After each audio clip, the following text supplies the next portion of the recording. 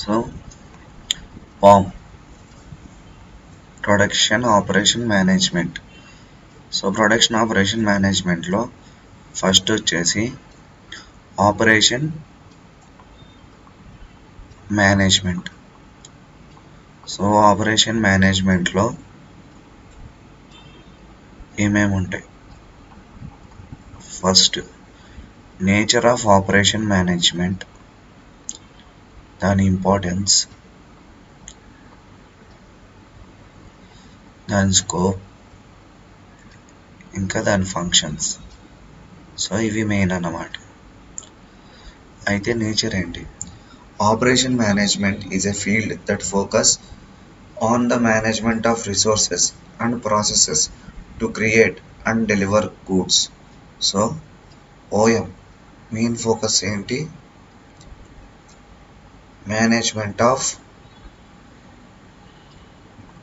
Resources. Management of రిసోర్సెస్తో పాటు వాటిని ప్రాసెస్ చేయటం, ప్రాసెసెస్, ఇంకా వాటిని క్రియేట్ చేయటం, deliver goods and services. So ఇది నేచర్ కిందకు వచ్చింది, nature of OM. Next concept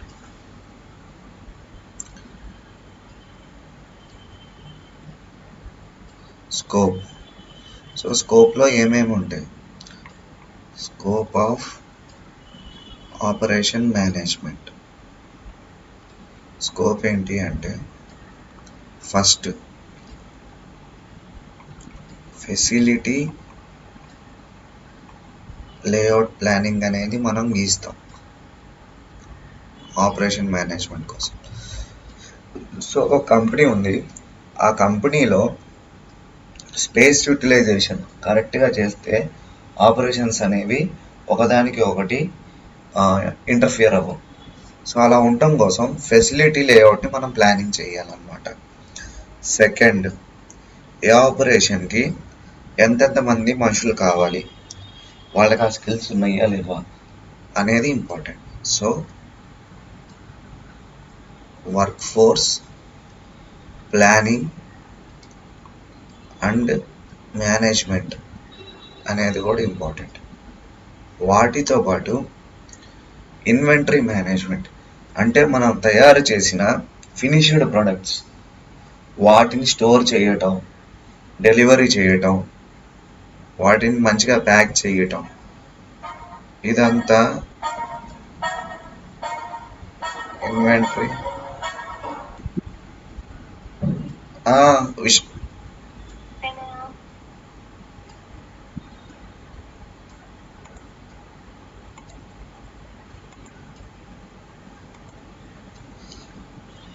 inventory మేనేజ్మెంట్తో పాటు నెక్స్ట్ కాన్సెప్ట్ ఏంటి అంటే షెడ్యూలింగ్. సో షెడ్యూలింగ్లో ప్రొడక్షన్ షెడ్యూల్ని మనం ఫ్రేమ్ చేస్తాం. సో కస్టమర్ డిమాండ్ని బేస్ చేసుకొని షెడ్యూలింగ్ అనేది చేస్తాం. నెక్స్ట్ కాన్సెప్ట్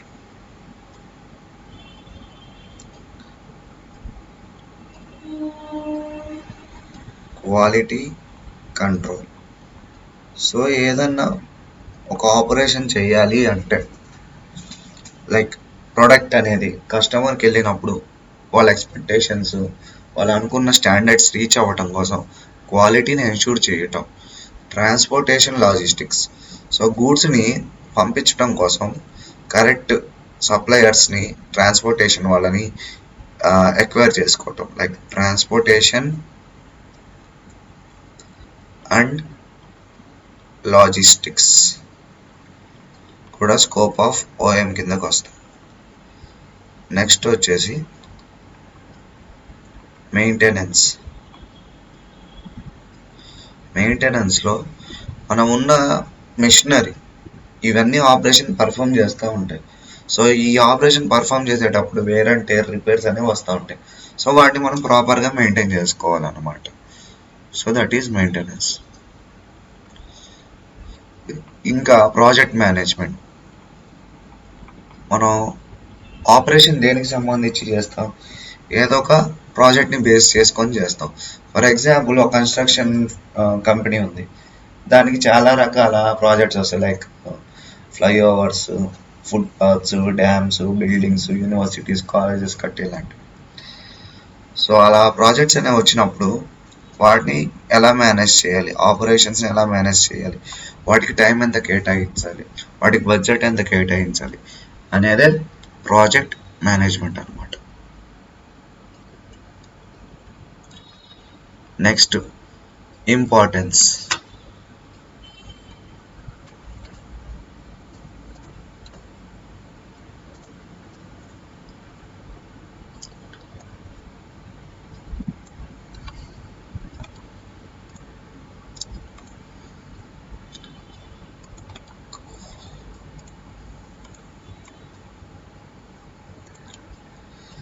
సో ఓఎం యొక్క ఇంపార్టెన్స్ ఏంటి?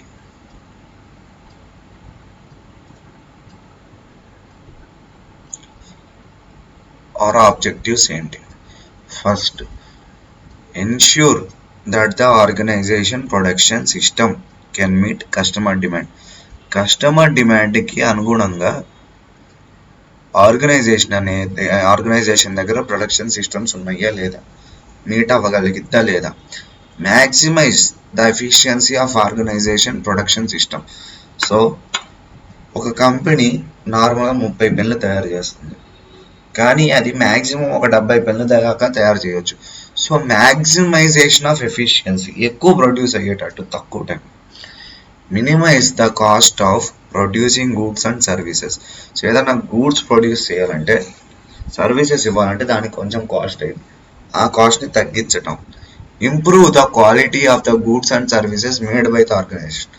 సో కాస్ట్ తగ్గించడమే కాదు, ప్రొడక్షన్ కాస్ట్ తగ్గించడం కాదు, దాంతోపాటు క్వాలిటీని పెంచాలి. ఇది కొంచెం టఫ్ అనమాట.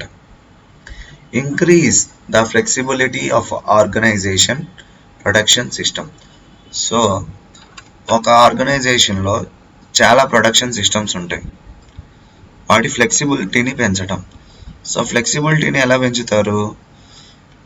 strives to increase the flexibility of an organization system. The goal is to make organization more responsive to market demands and better to adapt to business environment. బయట ఉన్న బిజినెస్ ఎన్విరాన్మెంట్కి తగ్గట్టు వీళ్ళు చేంజ్ అవ్వటం. ఒకప్పుడు కీప్యాడ్ ఫోన్స్ ఉండేవి, దాని తర్వాత ఏమైంది, బ్లూబెర్రీ ఫోన్ వచ్చింది, దాని తర్వాత 2G 3G ఫోన్స్ వచ్చాయి, దాని తర్వాత స్మార్ట్ ఫోన్స్ వచ్చాయి, ఇప్పుడు 5G ఫోన్స్, మళ్ళీ కొత్త కొత్త స్పెసిఫికేషన్స్. అంటే బయట బిజినెస్ ఎన్విరాన్మెంట్ని బేస్ చేసుకొని ఫ్లెక్సిబుల్గా చేంజెస్ని తీసుకురావటం అన్నమాట ప్రొడక్షన్ సిస్టంలో. Reduce the risk of disruption to the organisation production system. So మధ్యలో బ్రేక్ డౌన్స్ అనేవి రావచ్చు, అప్పుడప్పుడు ప్రొడక్షన్ అనేది ఆగిపోవచ్చు. సో ఆ రిస్క్ని తగ్గించటం. Improve communication and coordination among all parties involved in operating an organization production system. So ఒక production సిస్టంలో చాలా పార్టీస్ ఉంటాయి, వాళ్ళందరినీ కోఆర్డినేట్ చేసి వాళ్ళని ఆపరేట్ చేయటం, అందరికీ ఇన్ఫర్మేషన్ పాస్ ఆన్ చేసి హ్యాజల్ ఫ్రీ, అంటే ఏ ఇబ్బంది లేకుండా ఆపరేషన్ మేనేజ్మెంట్ని చేయటం ఒక మెయిన్ ఆబ్జెక్టివ్. అయితే functions of operation management and skills needed. So functions it side ఉన్నాయి, లెఫ్ట్ సైడ్, వాటికి సంబంధించిన స్కిల్స్ అనేవి రైట్ సైడ్ ఉన్నాయి.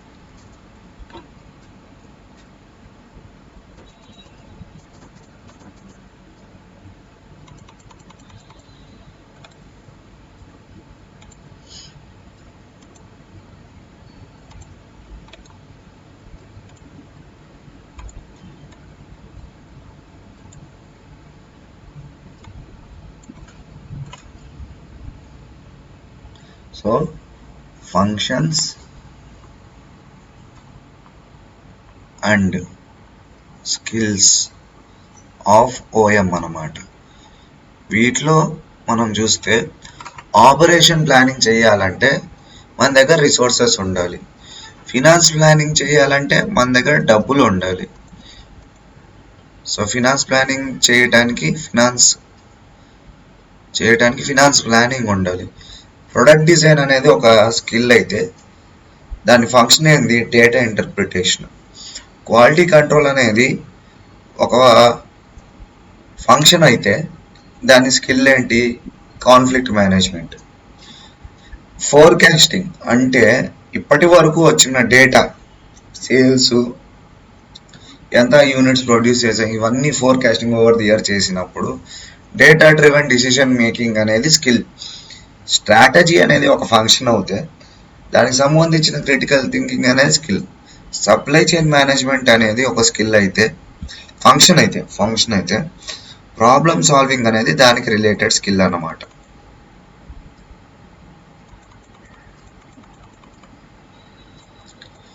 సో ఆపరేషన్ ప్లానింగ్లో ఏం చేస్తాం? ఆపరేషన్ ప్లానింగ్లో డైలీ ప్రొడక్షన్ ఆఫ్ గూడ్స్ని మనం చూసుకుంటాం. Managing and controlling of inventory, keeping tabs on team member performance and wellbeing. So వాళ్ళ పర్ఫార్మెన్స్, వాళ్ళ వెల్బీయింగ్ చూసుకుంటాం. అలానే ప్రొడక్షన్ ప్లానింగ్ చేస్తాం. దీనికి సంబంధించిన స్కిల్స్ గురించి కూడా రాయాలి. రిసోర్స్ఫుల్నెస్ అంటే మన దగ్గర దానికి సంబంధించిన అన్ని టైప్స్ ఆఫ్ రిసోర్సెస్ ఉండాలి ఆపరేషన్ ప్లానింగ్ చేయడానికి. ఫినాన్స్ అనేది చాలా ఎసెన్షియల్. ఆ ఫినాన్స్ అనే దాంట్లో budget creation, finding investment opportunities, allocating budget and managing process అనేవి మన టాస్క్. వాటికి కావాల్సిన స్కిల్ ఏంది? Financial planning. దానికి సంబంధించి కొన్ని పాయింట్స్ ఎలాబరేట్ చేసి రాయాలి. ప్రొడక్ట్ డిజైన్ అంటే ఏంటి? ఒక ప్రోడక్ట్ని క్రియేటివ్ పీపుల్ ఉన్న టీంని యూజ్ చేసి మార్కెట్ ట్రెండ్స్కి అనుగుణంగా ఒక ప్రోడక్ట్ని డిజైన్ చేయాలి. దానికి సంబంధించి ఆపరేషన్స్ని కూడా పెట్టాలి. స్పెసిఫిక్ టాస్క్ ఏంటంటే మార్కెట్ రీసెర్చ్ని చేయాలి, communicating the result, offering the design. దీనికి కావాల్సిన ఇంపార్టెంట్ స్కిల్ ఏంటి? Data interpretation. క్వాలిటీ కంట్రోల్లో ఒక ప్రోడక్ట్ యొక్క క్వాలిటీని మనం చూసుకుంటాం. మెయిన్గా రిస్క్ అనాలిసిస్, దాని క్వాలిటీ ఎంత, ఎండ్యూరెన్స్ ఎంత, స్ట్రెంగ్త్ ఎంత అనేది రిస్క్ అనాలిసిస్ చేయాలి. ప్రోడక్ట్ని ఇన్స్పెక్ట్ చేయాలి, లైక్ ఫిజికల్గా చేయొచ్చు, మిషన్ యూస్ చేసి చేయొచ్చు. Creating test to control your product quality, documenting any defects or deficiencies of product. అయితే skills needed in conflict management ఏంటి? కాన్ఫ్లిక్ట్ మేనేజ్మెంట్లో కొన్ని స్ట్రాటజీస్ ఉంటాయి. కాన్ఫ్లిక్ట్ మేనేజ్మెంట్ స్ట్రాటజీస్ యూజ్ చేసి కస్టమర్స్ని ఎక్కువ తీసుకొని రావాలి. మన కాడ క్వాలిటీ ప్రోడక్ట్ని స్టాండర్డ్స్ మెయింటైన్ చేయడాన్ని, మళ్ళీ కోఆర్డినేషన్ కోసం ఆపరేషన్ మేనేజ్మెంట్లో కాన్ఫ్లిక్ట్ మేనేజ్మెంట్ అనేది ఉండాలి. ఫోర్కాస్టింగ్ అంటే ఏంటి? మన డిమాండ్, మన సేల్స్, ఇవన్నీ ఓవర్ ద ఇయర్ ఉన్న డేటాని క్యాలిక్యులేట్ చేసి చార్ట్స్ గీసి దాన్ని బేస్ చేసుకొని డిసిషన్ మేకింగ్ చేయటం. స్ట్రాటజీ, ఆపరేషన్ ప్లానింగ్ చేయటానికి మనం ఒక స్ట్రాటజీ ఫాలో అవ్వాలి. కస్టమర్ సాటిస్ఫాక్షన్ ఏంది, ప్రొడక్షన్ సిస్టమ్ని ఎలా ఇంప్రూవ్ చేయగలం, కాస్ట్ని ఎలా కంట్రోల్ చేయగలం అనేవి స్ట్రాటజీస్. సో వాటిలో ఏమొస్తాయి? Analysing your inventory, collaborating among teams, prioritising green processes. So దీనికి కావాల్సిన critical thinking. Supply chain management అంటే రా మెటీరియల్ని ప్రొక్యూర్ చేసుకున్న దగ్గర నుంచి కన్జ్యూమర్ దగ్గరికి వెళ్ళే వరకు ఏవైతే స్టెప్స్ ఉన్నాయో దాన్ని సప్లై చైన్ మేనేజ్మెంట్ అంటారు. So raw material, supplier, production or manufacturer, distributor, retailer, consumer, వీళ్ళందరూ సప్లై చైన్ మేనేజ్మెంట్లో ఒక పార్ట్ అనమాట. సో ఇక్కడ నేను సబ్ హెడ్డింగ్సే పెడుతున్నాను నోట్స్లో, కానీ మీరు దీన్ని కొంచెం ఎలాబరేట్ చేసి రాసుకోండి.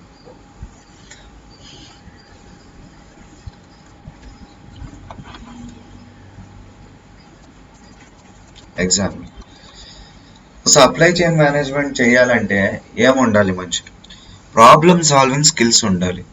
ప్రాబ్లమ్ సాల్వింగ్ స్కిల్స్ అతను ఓన్గా చేయొచ్చు, ఆర్గనైజ్ చేయొచ్చు, ప్లాన్ చేయొచ్చు, ఇంకో వ్యక్తికి ఇవ్వచ్చు, అలానే కంప్యూటర్ సాఫ్ట్వేర్ హెల్ప్ కూడా తీసుకోవచ్చు.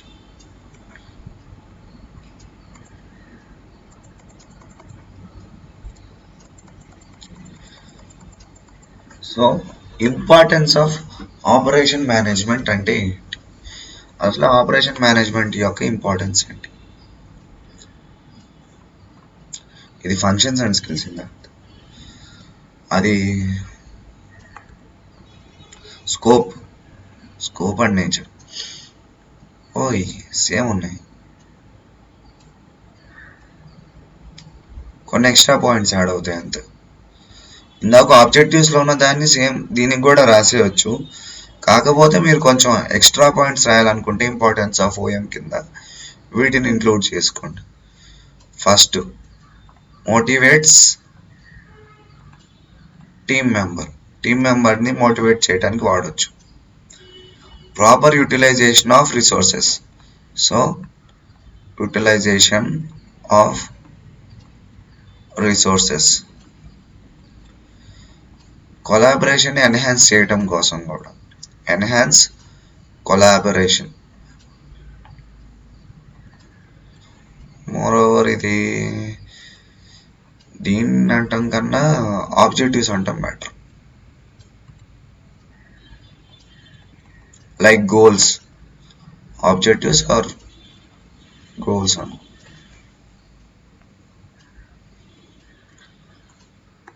Enhance collaboration, helps achieve objectives.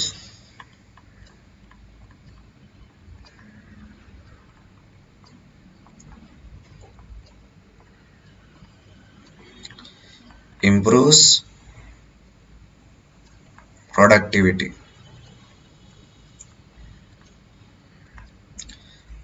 ప్రొడక్టివిటీని improve చేయడంతో పాటు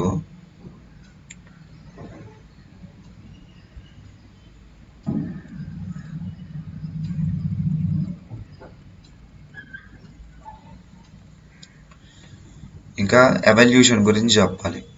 ఓఎం అనేది ఎలా ఎవాల్వ్ అయ్యింది. సో ఓఎం ఎవల్యూషన్, ఇది ఇంపార్టెంట్. సో 18th సెంచరీలో ఆడమ్ స్మిత్ అనే ఆయన రికగ్నైజ్ చేశాడు ఆపరేషన్ మేనేజ్మెంట్ అనే దాన్ని. దాని తర్వాత 1930 నుంచి దానికి సంబంధించిన టెక్నిక్స్ అనేవి వచ్చాయి. తర్వాత 1950sలో ఎఫిషియన్సీ అనేది పెరిగింది, దానికి సంబంధించిన ఎఫిషియన్సీ అనేది పెరిగింది. 1970 నుంచి చేంజెస్ వచ్చాయి, ఎందుకంటే కొత్త టైప్ ఆఫ్ ఇండస్ట్రీస్ వచ్చాయి.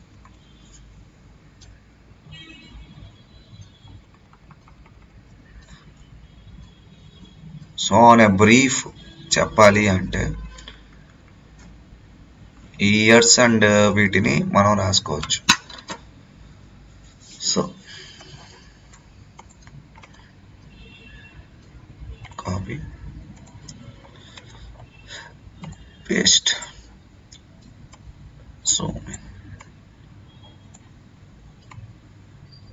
So contribution, specialization of labor in manufacturing, Adam Smith. Interchangeable parts, cost counting, Whitney and the others. Division of labors by skill, Charles Babbage ఈయన కంప్యూటర్ని కనిపెట్టాడు. Scientific management, time study and work. So time study and work, W. Taylor. Motion of study of jobs, Gilbert. Scheduling techniques of employees, Henry L. Kant. Economic lot sizes for inventory control, F.W. Harris. Human relation, Elton Mayo. Statistical inference applied to product quality, W.A. Shewhart.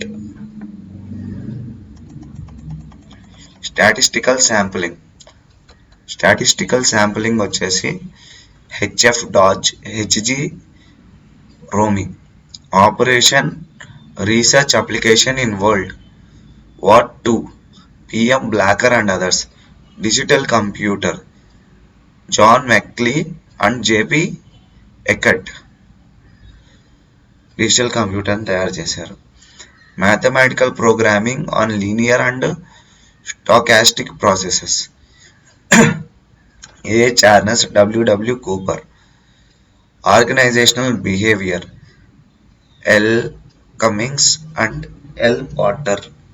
Integrating operation into overall strategy, Skinner, Orlicky, G Wright. Quality and productivity application from Japan robotics CAD CAM WE డెవింగ్ J జూరాన్. So ఈ విధంగా evolution అనేది అయ్యింది operation management అనేది.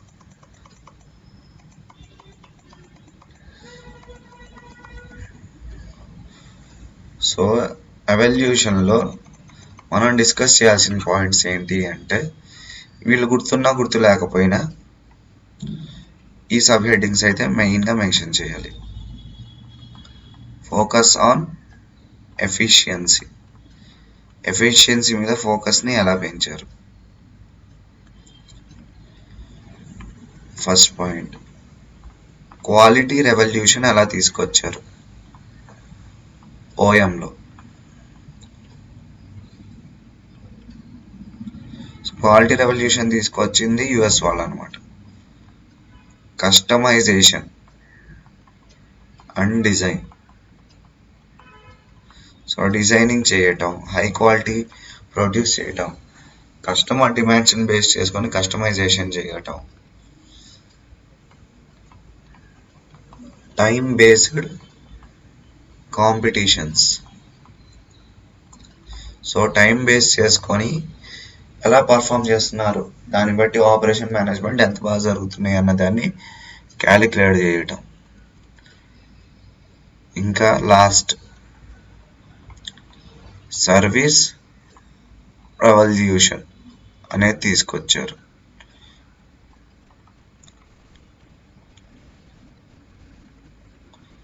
So ఆ పైనది కష్టంగా అనిపిస్తే ఈ కిందది బెటర్ అన్నమాట.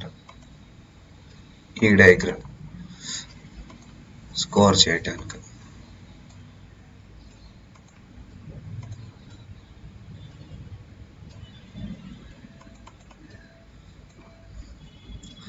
సో ఎవల్యూషన్ ఎలా అయిందని దీన్ని బేస్ చేసుకొని కూడా చెప్పచ్చు. సో ప్రొడక్షన్ సిస్టంలోకి వచ్చేసాం ఇప్పుడు. ప్రొడక్షన్ సిస్టమ్, ఆ ప్రొడక్షన్ సిస్టంలో ఎన్ని టైప్స్ ఉన్నాయి. మామూలుగా అసలు ప్రొడక్షన్ సిస్టమ్ అంటే ఏంటి? ప్రొడక్షన్ సిస్టమ్ అనేది ఆర్గనైజేషన్లో ఒక పార్ట్. ఈ ప్రొడక్షన్ సిస్టమ్ని యూజ్ చేసుకునే ప్రొడక్ట్స్ని మ్యానుఫ్యాక్చర్ అనేది చేస్తారు.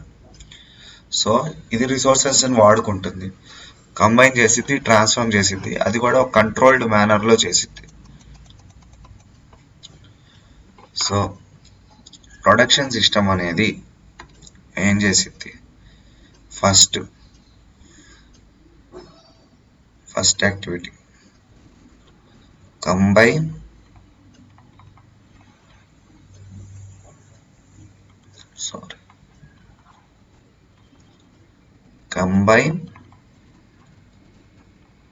ట్రాన్స్ఫార్మ్ ఎలా in a control manner.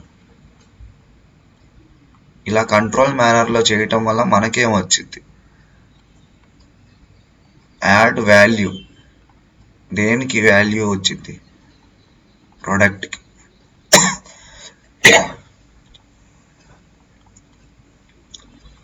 ఇదేమైంది?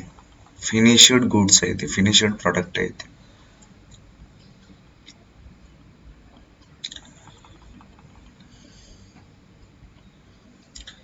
So production సిస్టమ్ని క్లాసిఫై చేద్దాం. అయితే ప్రొడక్షన్ సిస్టంలో ఫస్ట్ ఏం చేస్తాము? ఒక యాక్టివిటీని, ఇది ప్రాసెస్ అనుకోండి, PS process, production system process. First activity అనేది జరగాలి, దాని తర్వాత యాక్టివిటీ దేన్ని బేస్ చేసుకొని? ఆబ్జెక్టివ్ని బేస్ చేసుకొని. అప్పుడు మనకి ఏమొచ్చింది? యూస్ఫుల్ అవుట్పుట్ అనేది వచ్చింది.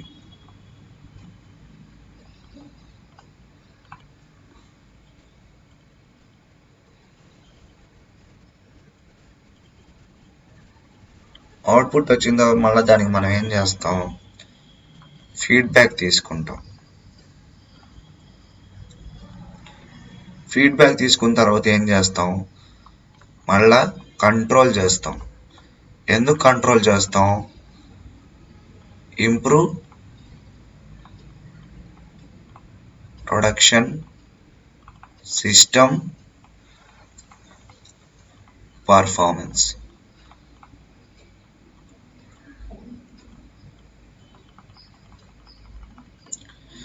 So classification of production system అని అనుకుంటే ఎన్ని టైప్స్ ఆఫ్ ప్రొడక్షన్ సిస్టమ్స్ ఉన్నాయి. Production operations by volume, output, product variety, వీటిని బేస్ చేసుకొని ఒక గ్రాఫ్ గీయచ్చు. Continuous production, mass production, batch production, job shop production. So ఇవి టైప్స్ ఆఫ్ ప్రొడక్షన్ అన్నమాట, క్లాసిఫికేషన్ అని అనుకో. క్లాసిఫికేషన్ డయాగ్రామ్ గీయొచ్చు, అలానే గ్రాఫ్ కూడా గీయొచ్చు. ఏం చేసినా కానీ బాగానే ఉంటుంది.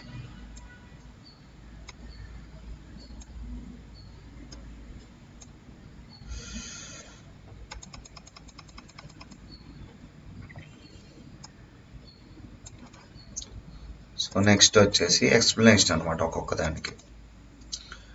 ఫస్ట్ వచ్చేసి జాబ్ ప్రొడక్షన్. జాబ్ ప్రొడక్షన్లో చాలా తక్కువ ప్రొడ్యూస్ చేస్తాం. సో ప్రొడక్ట్ తక్కువ ఉంటుంది, వాల్యూమ్, అలానే ప్రొడక్ట్ యొక్క వెరైటీ తక్కువ ఉంటుంది గ్రాఫ్ ప్రకారం చూసుకుంటే. అలానే బ్యాచ్ ప్రొడక్షన్లో బ్యాచెస్గా తయారు చేస్తాం, లైక్ ఇండివిజువల్ ప్రొడక్ట్స్లా కాకుండా బ్యాచెస్గా తయారు చేస్తాం. దానికి సంబంధించి జాబ్ షాప్తో పోలిస్తే బ్యాచ్ ప్రొడక్షన్లో వాల్యూమ్ కొంచెం పెరిగిద్ది, అలానే వెరైటీ కూడా పెరగవచ్చు. అయితే మనం ప్రతిదానికి మనం చెప్పాల్సింది ఏంటంటే 3 విషయాలు చెప్పాలి ప్రొడక్షన్ సిస్టమ్స్లో. ఫస్ట్ వాటికి సంబంధించిన క్యారెక్టరిస్టిక్స్ చెప్పాలి, అడ్వాంటేజెస్ చెప్పాలి, ఇంకా లిమిటేషన్స్ చెప్పాలి. సో ప్రతిదానికి చెప్పాలి క్లాసిఫికేషన్లో. సో కంటిన్యూస్ ఉంది, మాస్ ఉంది, బ్యాచ్ ప్రొడక్షన్ ఉంది, జాబ్ ప్రొడక్షన్ ఉంది. కంటిన్యూస్ ప్రొడక్షన్కి characteristics, advantage, limitations. Characteristics, high variety of products చేస్తారు జాబ్ ప్రొడక్షన్, కానీ వాల్యూమ్ అనేది లోగా ఉంటుంది.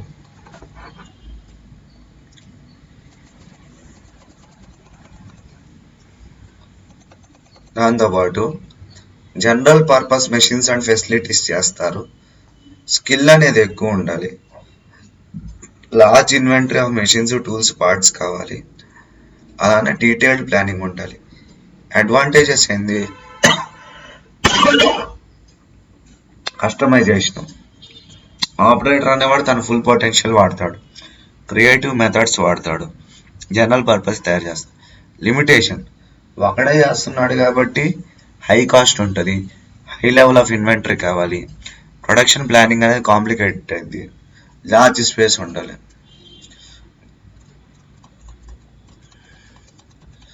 సో జాబ్ ప్రొడక్షన్ కంప్లీట్ అయింది. నెక్స్ట్ వచ్చేసి బ్యాచ్ ప్రొడక్షన్. బ్యాచ్ ప్రొడక్షన్లో మనం గుర్తుంచుకోవాల్సింది ఏంటి అంటే ఒక ఆర్గనైజేషన్ ఉంది. సో బ్యాచ్ ప్రొడక్షన్కి వచ్చేసి ఆ రూల్స్ని ఫాలో అయింది బ్యాచెస్గా తయారు చేసేటప్పుడు. అవి ఏం రూల్స్ అంటే American production and inventory control society. వీళ్ళు చెప్పినట్టు మ్యానుఫ్యాక్చరింగ్ జాబ్ని తయారు చేస్తారు బ్యాచ్ ప్రొడక్షన్లో. సో క్యారెక్టరిస్టిక్స్ చెప్పాలి బ్యాచ్ ప్రొడక్షన్కి. బ్యాచ్ ప్రొడక్షన్స్కి ఉన్న క్యారెక్టరిస్టిక్స్ ఏంటి, there is shorter production returns. Plant and machinery అయితే ఫ్లెక్సిబుల్గానే ఉంటుంది. Plant and machinery setup is used for production of item in batch when production lead time and cost are lower as compared to the job production. So job ప్రొడక్షన్తో పోలిస్తే cost అనేది తక్కువ. Advantages ఏంది, better utilization of plant and machinery, promote functional specialization, అలానే cost per unit అనేది తగ్గిద్ది, lower investment, flexibility ఉంటుంది, job satisfaction ఉంటుంది ఆపరేటర్స్కి. Problem ఇది, వీళ్ళు బ్యాచ్లుగా తయారు చేస్తున్నారు కాబట్టి సరిగ్గా హ్యాండిల్ చేయలేదనుకో ఒక బ్యాచ్ పడైపోయింది. సో మెటీరియల్ హ్యాండ్లింగ్ కరెక్ట్గా ఉండాలి. వీళ్ళు బ్యాచ్లో తయారు చేస్తున్నారు కాబట్టి ప్రొడక్షన్ ప్లానింగ్ అండ్ కంట్రోల్ అనేది కాంప్లెక్స్ అవ్వచ్చు. వర్క్ అనేది ప్రాసెస్ ఇన్వెంటరీలో హయ్యర్గా ఉంటుంది, ఎక్కువ వర్క్ అయింది ప్రాసెస్ ఇన్వెంటరీలో, మళ్ళీ కంటిన్యూస్ ప్రొడక్షన్ కూడా అయ్యి ఉండొచ్చు. Higher setup cost due to frequent changes in setup. Mass production. So mass ప్రొడక్షన్లో ఏం జరిగింది అంటే లార్జ్ వాల్యూమ్లో ప్రొడ్యూస్ చేస్తారు. Standardisation of product and process sequence అనేది జరిగింది క్యారెక్టరిస్టిక్స్లో. మాస్ ప్రొడక్షన్కి డెడికేటెడ్ స్పెషల్ పర్పస్ మెషిన్స్ అనేవి ఉంటాయి. లార్జ్ వాల్యూమ్లో ప్రొడక్ట్స్ని తయారు చేస్తారు. Shorter cycle time of production, ఎందుకంటే మాస్ ప్రొడక్షన్ చేస్తున్నారు కాబట్టి ఎంత వీలైతే అంత తక్కువలో ప్రొడక్షన్ అనేది కంప్లీట్ చేసేయాలి. Lower in process inventory, process అనేది చాలా తక్కువ ఉంటుంది కదా, ప్రాసెస్ ఇన్వెంటరీ కూడా తక్కువ. పర్ఫెక్ట్లీ బ్యాలెన్స్డ్ ప్రొడక్షన్ లైన్, ఇక్కడ తప్పుకోవడానికి లేదు, ఎందుకంటే సెకండ్కి ఒక 10 సెకండ్లకి 10 ప్రొడక్ట్స్ వస్తున్నాయి అంటే చాలా తక్కువ టైం అది. సో ఆ ప్రొడక్షన్ లైన్ అనేవి చాలా బ్యాలెన్స్డ్గా ఉండాలి. ఎక్కడన్నా మిస్టేక్స్ జరిగితే మాత్రం చాలా లాస్ వచ్చింది. ఫ్లో ఆఫ్ మెటీరియల్ అనేది ఆగకూడదు, కాంపోనెంట్స్ పార్ట్స్ అనేవి కంటిన్యూస్గా పోతూ ఉండాలి without any back tracking. Production planning and control is easy, material handling can be completely automatic. Advantages: higher rate of production, reduced cycle time అంటే production cycle time, higher capacity utilisation due to line balancing, less skilled operators are required. So మొత్తం automated or semi automated కాబట్టి highly skilled అవసరం లేదు. Manufacturing cost per unit అనేది చాలా తక్కువ ఉంటుంది. Limitations of one machine will stop an entire production line. Line layout needs major changes with changes in product design. High investment in production facilities. The cycle time is determined by the slowest operation. So slowest operation ఏదైతే ఉందో అది cycle టైంని determine చేసింది. Continuous production. Continuous ప్రొడక్షన్లో ఏమైందంటే flow అనేది ఆగదు, కంటిన్యూస్గా ప్రొడక్షన్ జరుగుతూనే ఉంటుంది. ఇందులో కొన్ని హ్యాండ్లింగ్ డివైజెస్ ఉంటాయి, కన్వేయర్స్, ట్రాన్స్ఫర్ డివైజెస్ ఇవన్నీ ఉంటాయి. మెయిన్గా పీపుల్ దీంట్లో షిఫ్ట్ల కింద పనిచేస్తారు. మాస్ ప్రొడక్షన్ 9 to 5 పని చేయొచ్చు, కానీ కంటిన్యూస్ ప్రొడక్షన్ అంటే 24/7 ప్రొడక్షన్ జరుగుతూనే ఉండొచ్చు, లైక్ షిఫ్ట్ వారి పని. అడ్వాంటేజెస్ ఏంటి, క్యారెక్టరిస్టిక్స్ చూద్దాం. Dedicated plant and equipment with zero flexibility. So flexibility అనేది చాలా తక్కువ ఉంటుంది, ఎందుకంటే continuous production. Single type of product మాత్రమే తయారు చేస్తారు. Material handling fully automated. Predetermined sequence of operations ఉంటాయి. Component materials cannot be readily identified. So ఎమ్మటే చూసుకోలేము, అంటిల్ ఫైనల్ ప్రోడక్ట్ వచ్చే వరకు చెప్పలేం ఆ ప్రోడక్ట్ ఏంటో, మొత్తం అసెంబుల్ అవ్వాలి. Planning and scheduling is a routine action, రోజు ప్లానింగ్ షెడ్యూలింగ్ చేసుకుంటూ ఉండాలి. అడ్వాంటేజెస్. సో ప్లానింగ్ షెడ్యూలింగ్ దేని బేస్ చేసుకొని చేస్తారు, డిమాండ్ బేస్ చేసుకొని చేస్తారు, consumer. Advantages: standardisation of product and process sequence, higher rate of production ఉంటుంది, higher capacity of utilisation of line balancing. Manpower అనేది పెద్ద అవసరం రాకపోవచ్చు, ఒకవేళ ఉన్న చాలా మినిమల్గా ఉంటుంది. Person with limited skills can be employed, కాకపోతే సేఫ్టీ అనేది ఉండాలి. Unit cost is lower due to high volume, ఎక్కువ వాల్యూమ్ ప్రొడ్యూస్ చేస్తాను, యూనిట్ కాస్ట్ చాలా తక్కువ.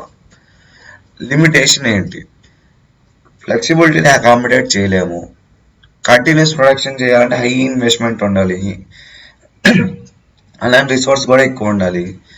ప్రొడక్ట్ డిఫరెన్షియేషన్ చేయడం అనేది లిమిటెడ్ అయిపోయింది. ఇప్పుడు కంటిన్యూస్లో ఒకే టైప్ ఆఫ్ ప్రొడక్ట్ అని చేస్తారు, సో ప్రొడక్ట్ డిఫరెన్షియేషన్ అనేది maximum impossible. What are the factors of production?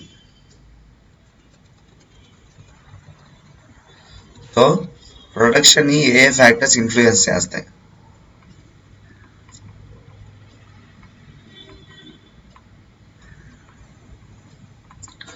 దీంట్లో నేను ఇచ్చిన ప్రతి పాయింట్ మీరు ఎలాబరేట్ చేసి రాసుకోవాలి. First thing, production of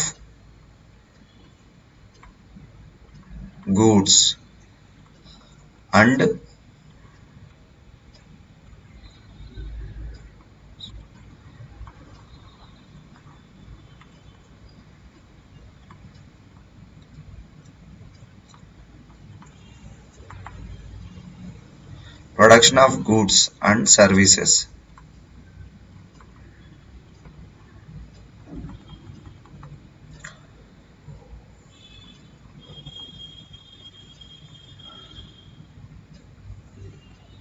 resources,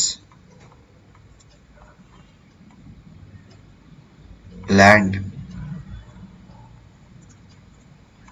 labour, capital. అలానే ప్రొడక్షన్ చేయాలంటే ఆంటర్ప్రెన్యూర్షిప్ కూడా కావాలి. వీటితో పాటు technology, state of technological process. So technology కూడా కావాలి.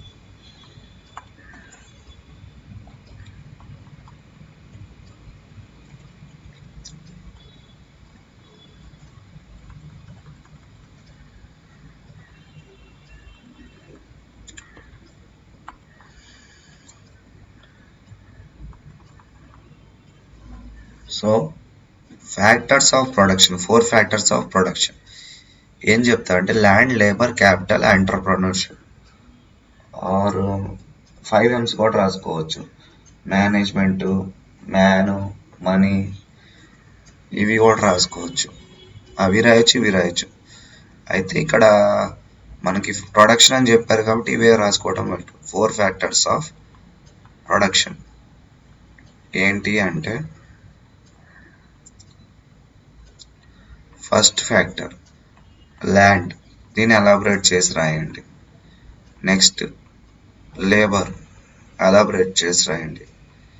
Capital and finally entrepreneurship.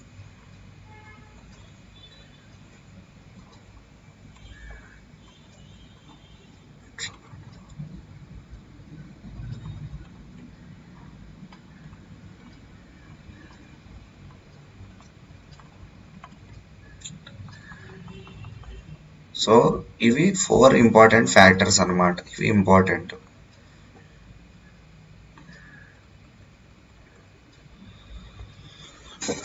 So land అనేది ఇంపార్టెంట్ అన్నమాట ఏదైనా ప్రొడక్షన్ చేయడం. ఫర్ ఎగ్జాంపుల్ ఏదైనా కంపెనీ సెటప్ చేయాలంటే లొకేషన్ ఇంపార్టెంట్. ఫార్మింగ్ చేయాలంటే దానికి ఫార్మింగ్ ల్యాండ్ కావాలి. లేబర్, సాఫ్ట్వేర్ ఇండస్ట్రీలో ఎంప్లాయీస్ ఉంటారు. ప్రైమరీ ఇండస్ట్రీస్లో హ్యూమన్ కావాలి.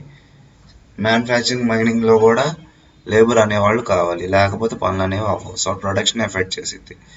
అలానే ప్రొడక్షన్ చేయాలంటే మనకి సరిపడినంత క్యాపిటల్ కూడా ఉండాలి.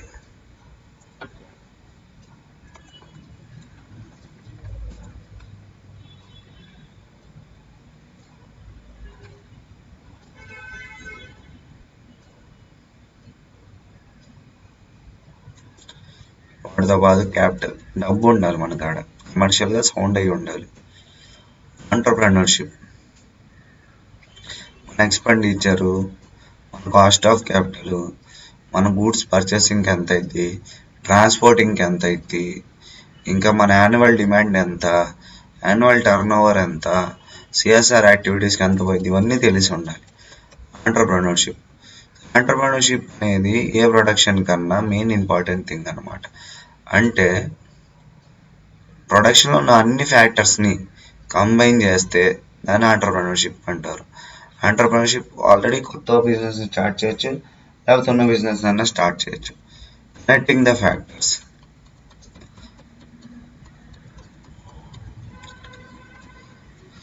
ఎంటర్ప్రెన్యూర్షిప్ పాటు ఓనర్షిప్, అది పబ్లిక్ ఓన్డా, ప్రైవేట్ ఓన్డా, ఎవరు ఓన్ చేస్తున్నారు అనేది కూడా ఇంపార్టెంట్. అది కూడా ప్రొడక్షన్ని ఎఫెక్ట్ చేసింది. ఇంకా ఏం ఎఫెక్ట్ చేస్తాయి, టెక్నాలజీ కూడా ఎఫెక్ట్ చేసిద్ది. ఆల్మోస్ట్ ఇందాక మనం చెప్పుకున్న పాయింట్సే వస్తాయి. అయితే క్వశ్చన్ ప్రకారం అయితే ఈ 4 మెన్షన్ చేయాలి.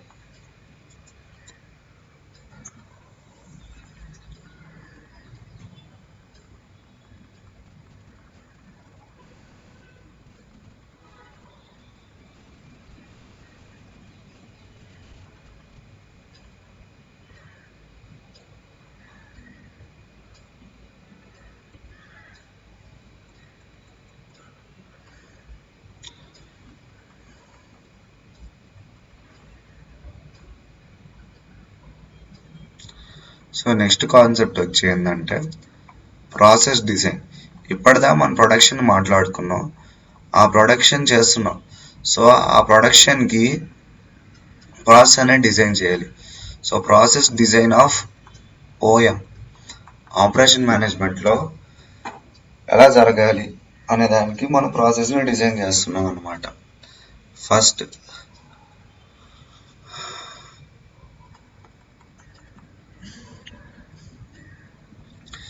Significance, process design planning. So process design of ఓఎంలో ఏమేమి ఉంటాయి, మన రిక్వైర్మెంట్ ఏంటి, సో మన రిక్వైర్మెంట్కి తగ్గట్టుగానే మనం ప్రాసెస్ అనేది డిజైన్ చేస్తాం ఓఎంకి. So determining the requirement. రిక్వైర్మెంట్ని డిటర్మైన్ చేసిన తర్వాత creating a plan. After creating a plan,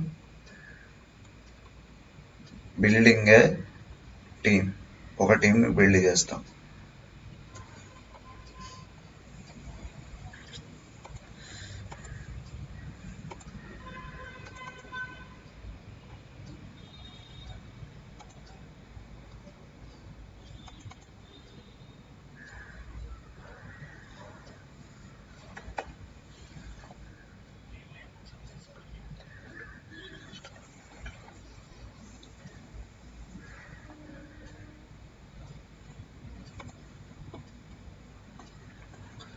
team building చేసిన తర్వాత మనం ఏం చేస్తాం, మన ప్లాన్ని ఇంప్లిమెంట్ చేస్తాం.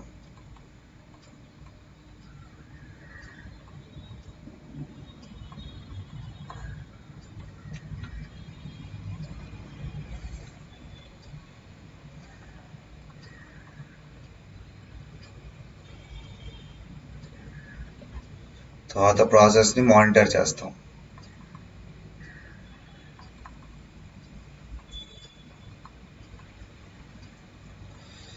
ఆడిట్ ఇస్తాం ప్రాసెస్కి సంబంధించి. సో ప్రాసెస్ డిజైన్ యొక్క ఆబ్జెక్టివ్స్ ఏంటి,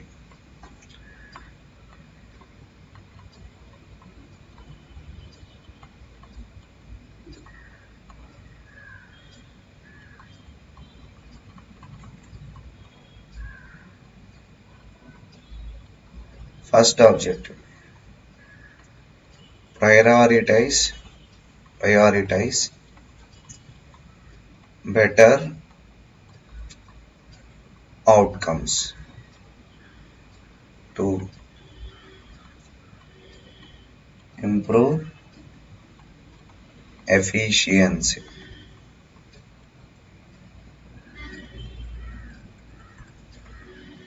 డాడ్జ్ ద డిసార్డర్ అంటే డిసార్డర్ లేకుండా చేయటం.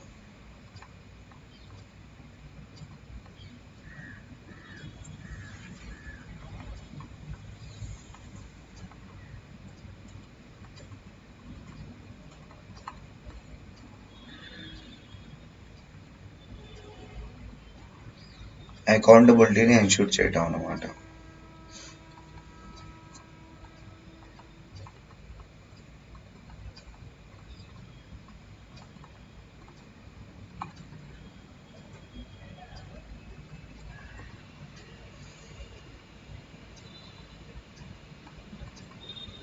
సింప్లిఫై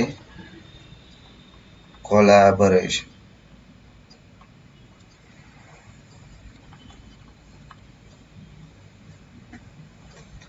సో ఇవన్నీ ఆబ్జెక్టివ్స్ అన్నమాట ప్రాసెస్ డిజైన్కి. అయితే ప్రాసెస్ డిజైన్కి కొన్ని ఛాలెంజెస్ ఉన్నాయి. Challenges of process design. ఆ ఛాలెంజెస్ ఏంటి? First challenge uncertainty. Next challenge in complexity. తర్వాత ఇన్ఎక్స్పీరియన్స్. తర్వాత ల్యాక్ ఆఫ్ టూల్స్.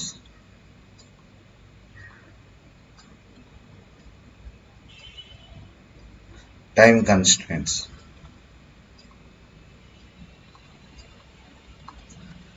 సో ఇవన్నీ ఛాలెంజెస్ కిందకు వస్తాయి.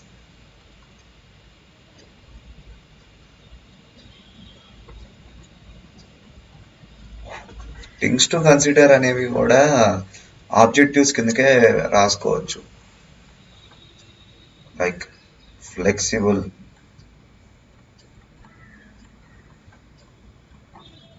స్కేలబుల్, కొలవగలిగేటట్టు, కాస్ట్ ఎఫెక్టివ్. ఇవి కూడా ఆబ్జెక్టివ్స్ ఒక రకంగా చెప్పాలంటే. 9 ఎఫిషియన్సీ. సో ప్రాసెస్ డిజైన్లో 10 సేఫ్టీ,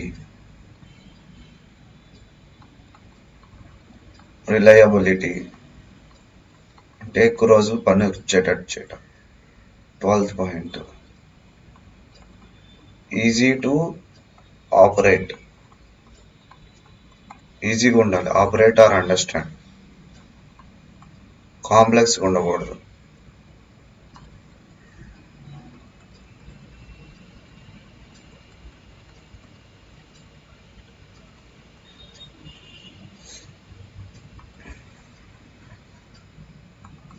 సో ఈ ఛాలెంజెస్ ఎందుకు వస్తాయి? పూర్ ప్రాసెస్ డిజైన్ వల్ల వస్తాయి ఇవన్నీ. ఇన్ఎఫిషియన్సీ కూడా రాయొచ్చు.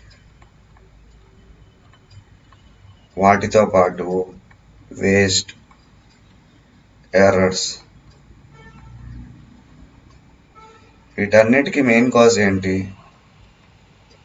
Poor proper. So poor production design అనేది వీటి మెయిన్ కాజ్.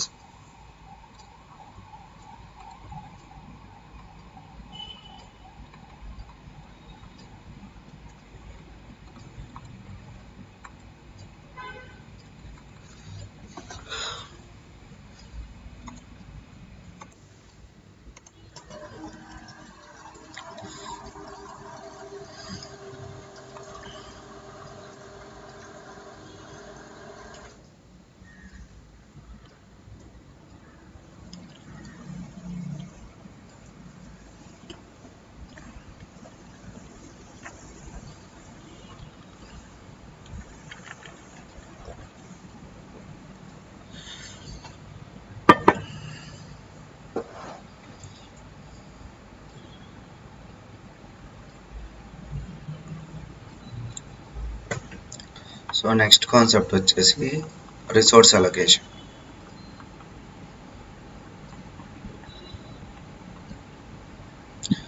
ఆపరేషన్ మేనేజ్మెంట్లో resource allocation and strategic alternatives ఉన్నాయి.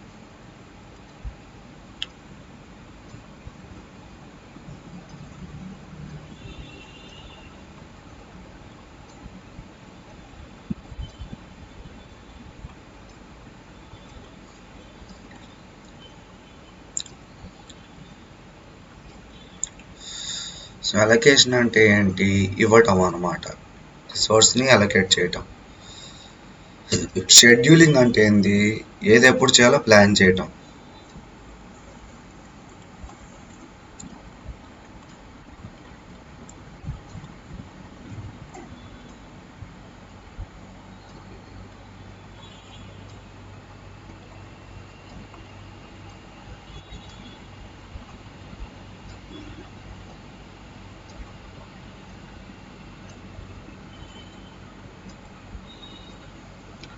సో రిసోర్స్ అలొకేషన్ అనేది ఎందుకు ఇంపార్టెంట్?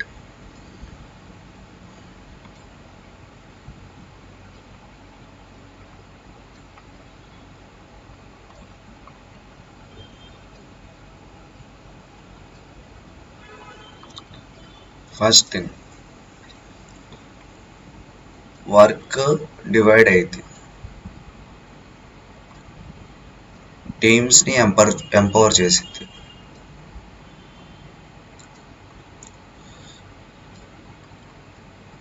ట్రైనింగ్ అవసరమైతే ట్రైనింగ్ ఇస్తుంది.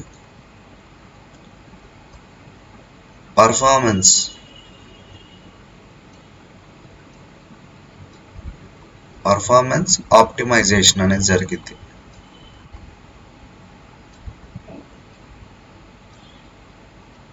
ఎంప్లాయీ అనేవాళ్ళు ఎంగేజ్ అవుతారు. So employee engagement. సో ఇందుకు రిసోర్స్ అలొకేషన్ అనేది ఇంపార్టెంట్.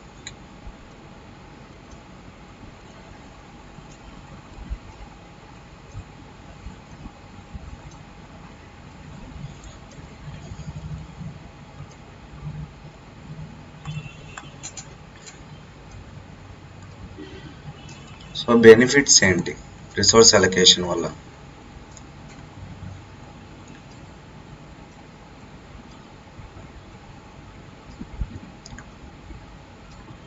ఫస్ట్ బెనిఫిట్, స్టాఫ్ అనేవాళ్ళు మన దగ్గర నుంచి వేరే చోటికి వెళ్ళరు. సో రిటైన్ చేసిద్ది. Staff retention. Second important thing, client అనేవాడు సాటిస్ఫై అవుతాడు. మంచిగా రిసోర్సెస్ని అలొకేట్ చేసుకొని ప్రాసెస్ డిజైన్ చేసి గూడ్స్ని ఫినిష్ చేసి ఆపరేషన్ మేనేజ్మెంట్ ద్వారా అడిగిస్తే క్లయింట్ అనేవాడు సాటిస్ఫై అవుతాడు. So client satisfaction.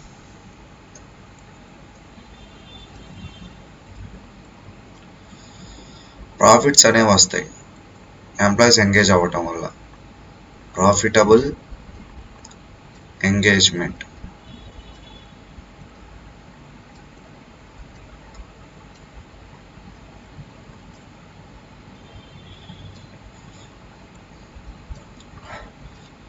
So resource అలొకేషన్కి మనం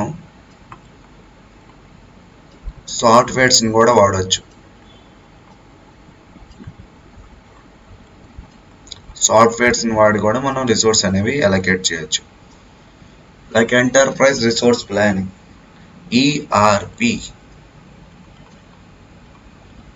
SAP. ఇది ఒక టైప్ ఆఫ్ రిసోర్స్ అలొకేషనే.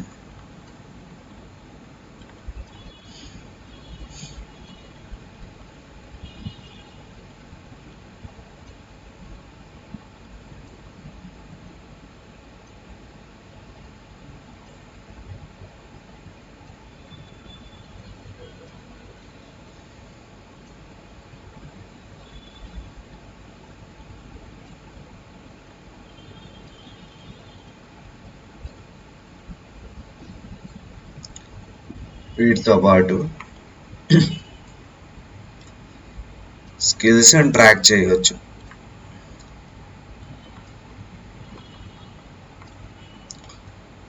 ప్రిఫరెన్సెస్, మన ప్రిఫరెన్సెస్ ఏమున్నాయో అవి ఇవ్వచ్చు సపోర్ట్ చేయడానికి.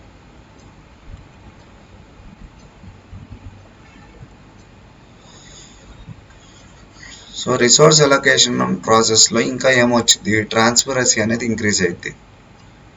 ప్రాసెస్ ఎక్కడుంది, ఎక్కడ వరకు రిసోర్స్ అలొకేట్ అయ్యాయి, ఎక్కడ ప్రాబ్లం వస్తుందో మనకు తెలిసిపోయింది.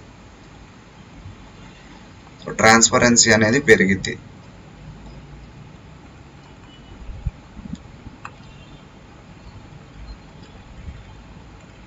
నెక్స్ట్ వచ్చేసి యూనిట్ 2.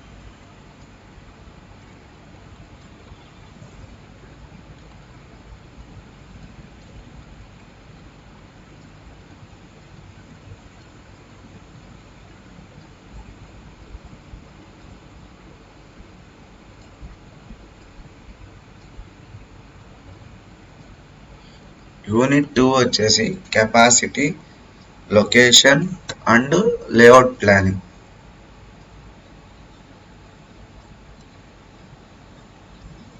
ఇంకా ఈఆర్పి గురించి కూడా ఉందన్నమాట వీటిలో. సో ఇప్పుడు యూనిట్ 2 స్టార్ట్ చేయబోతున్నాం. యూనిట్ 2లో ఏముంది, కెపాసిటీ గురించి ఉంది. సో ఇప్పుడు కెపాసిటీ ప్లానింగ్ గురించి డిస్కస్ చేస్తాం. సో కెపాసిటీ ప్లానింగ్ అంటే ఏంటి, ఇది ఆపరేషన్ మేనేజ్మెంట్లో ఒక పార్ట్ అన్నమాట. ఈ కెపాసిటీ ప్లానింగ్ని యూజ్ చేసుకొని మనం ఏమి పెంచుకుంటాం, ప్రొడక్టివిటీని పెంచుకుంటాం. అంటే నెంబర్ ఆఫ్ గూడ్స్ తక్కువ టైంలో ప్రొడ్యూస్ చేసేది పెంచుకుంటాం. అలానే ఇంకేం చేస్తాం, హ్యాండ్లింగ్ అనేది క్రియేట్ చేసుకుంటాం. సో కెపాసిటీ పెరుగుతుంది, అంత కెపాసిటీకి హ్యాండ్లింగ్ ఉండాలి కదా. సో కెపాసిటీ ప్లానింగ్లో టైప్స్ ఏంటి, types of capacity planning.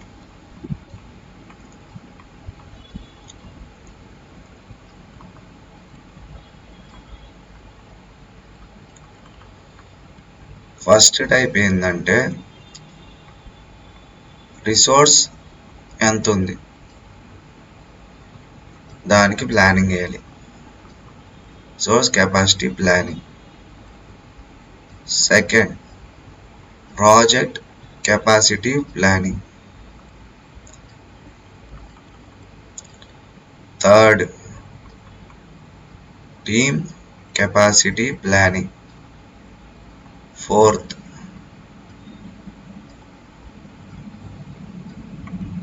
HR capacity planning. వీటితో పాటు నెక్స్ట్ కాన్సెప్ట్ వచ్చింది ఎస్ఈ, ఏంటి అంటే లొకేషన్ ప్లానింగ్. ఇది నెక్స్ట్ కాన్సెప్ట్. సో లొకేషన్ ప్లానింగ్లో ఏమేమి ఉంటాయి,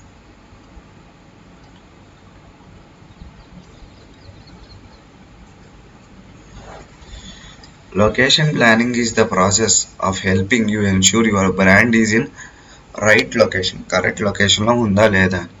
so consumer choose to purchase products based on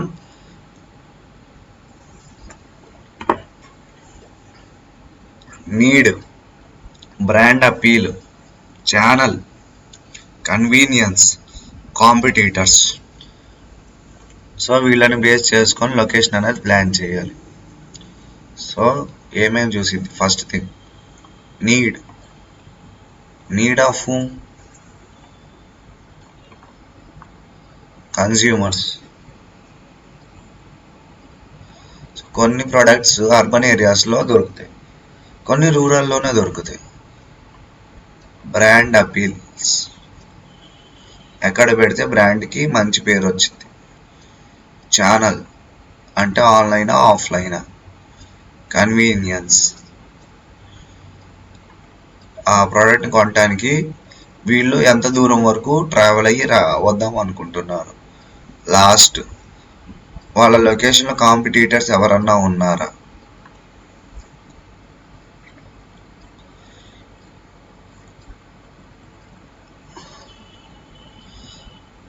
అయితే లొకేషన్ ప్లానింగ్లో మెయిన్గా 3 పిల్లర్స్ ఉన్నాయి. ఆ 3 పిల్లర్స్ ఏంటి అంటే demand, supply, time.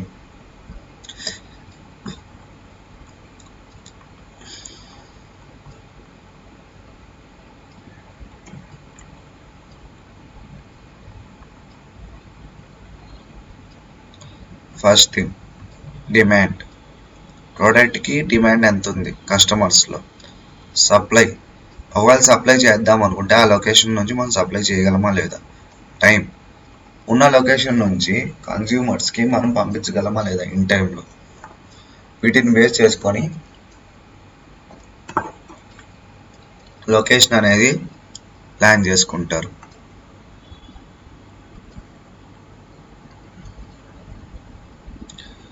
So location ప్లానింగ్కి steps ఏంటి, లైక్ ప్రాసెస్.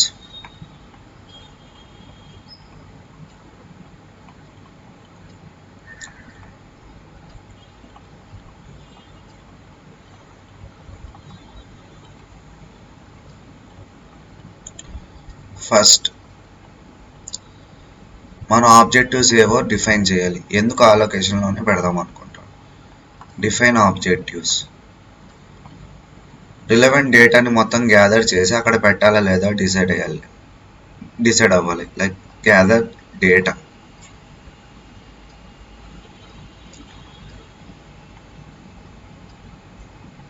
ఇంకా ఐడెంటిఫై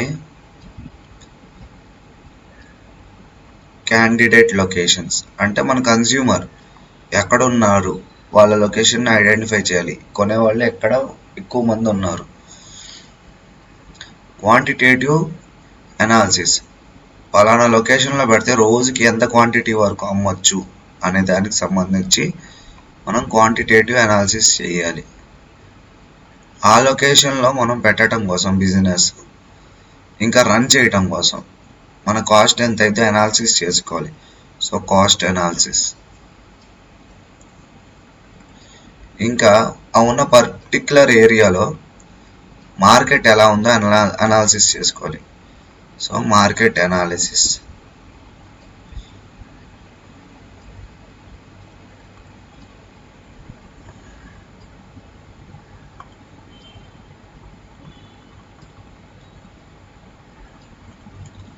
ఒకవేళ ఆ లొకేషన్లో పెడితే రిస్క్ ఏమైనా ఉందా లేదా అనేది అసెస్ చేసుకోవాలి because of keeping the store at that particular location.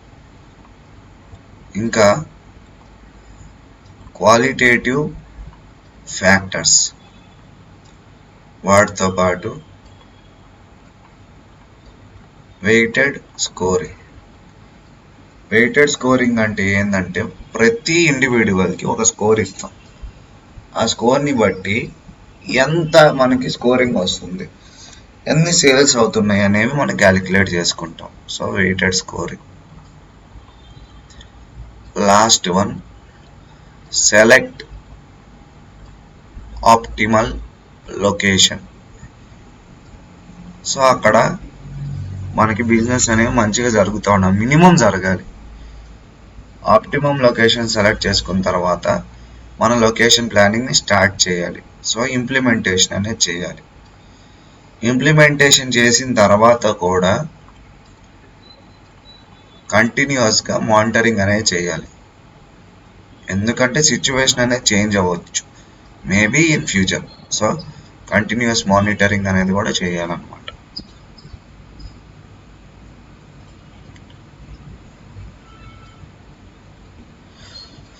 So importance ఏంటి లొకేషన్ ప్లానింగ్కి? ఇందాక మొత్తం మనం ఫ్యాక్టర్స్, పిల్లర్స్ ఏమేమి కావాలో చూసుకున్నాం. సో లొకేషన్ ప్లానింగ్ ఇంపార్టెన్స్ ఏంటి?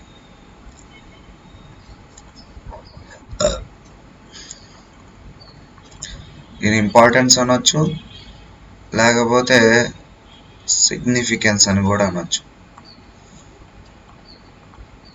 ఫస్ట్ థింగ్, కాస్ట్ రిడక్షన్ అవ్వటం కోసం.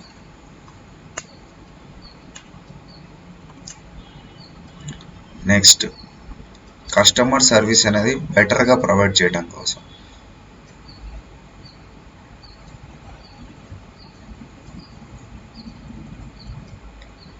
Third thing,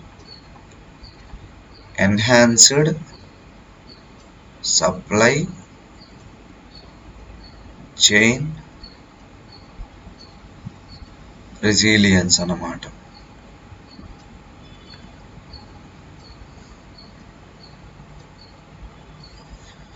so quantitative methods of deciding facility location.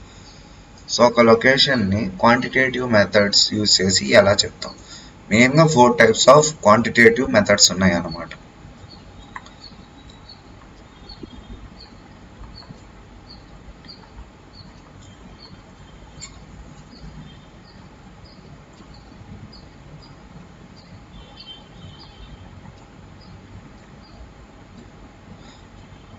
అవేంటి అంటే cost profit volume analysis method, cost profit volume CPV analysis method, factor rating method, centre of gravity method, transportation model. ఈ 4 వాడి మనం location అక్కడ పెట్టొచ్చా లేదా అనేది డిసైడ్ అవుతాం అన్నమాట.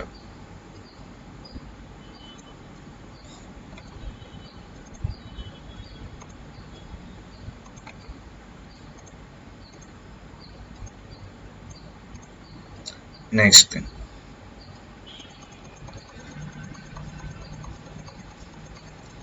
Cost profit volume analysis. So ఇక్కడ ఒక టోటల్ కాస్ట్ ఉంటుంది, ఫిక్స్డ్ కాస్ట్ ఉంటుంది, వేరియబుల్ కాస్ట్ ఉంటుంది. ఫిక్స్డ్ కాస్ట్ అంటే ఏంటంటే ఎప్పుడు అది కాన్స్టెంట్గానే ఉంటుంది. లైక్ స్టోరేజ్ ఛార్జెస్ కానీ, వేర్ హౌస్ ఛార్జెస్ కానీ, ఇంకా ప్రొడక్షన్ ఛార్జెస్ కానీ మిషనరీవి ఎప్పుడు కాన్స్టెంట్గా ఉంటాయి. వేరియబుల్ అంటే అవి కాన్స్టెంట్గా ఉంటాయి, అవి మారిపోతూ ఉంటాయి. Like current charges, taxes, transportation charges, raw material cost ఇవన్నీ మారిపోతూ ఉంటాయి. సో ఫిక్స్డ్ అనేది constant. Variable cost are linear for selected range of out. లీనియర్గా అయ్యి ఉండొచ్చు, కర్వ్డ్గా ఉండొచ్చు, అలాగనే ఉండొచ్చు. All the selected location alternative produce same and only one item. ఒకటే టైప్ ఆఫ్ ఐటమ్ ప్రొడ్యూస్ చేస్తుంది. సో ఇక్కడ సిపివి మెథడ్లో టోటల్ కాస్ట్ కనుక్కోవాలి అంటే, సో ఇది ఈ ఫార్ములా అనేది మనం రాసుకోవాలి.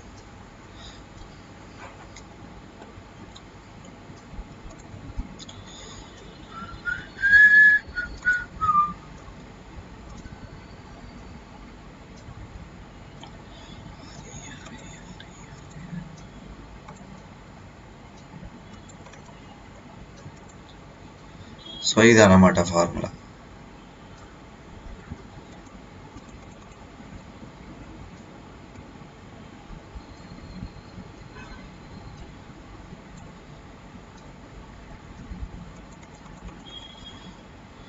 అలానే ప్రాఫిట్ క్యాలిక్యులేషన్ కూడా ఒక ఫార్ములా ఉంది.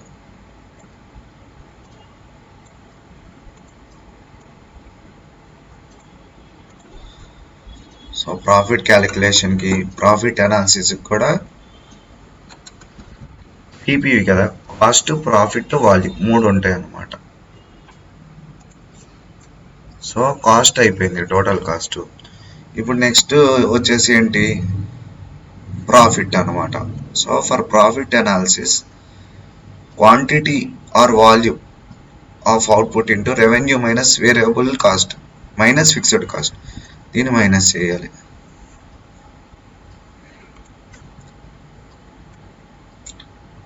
సో ఇదన్నమాట ఫార్ములా.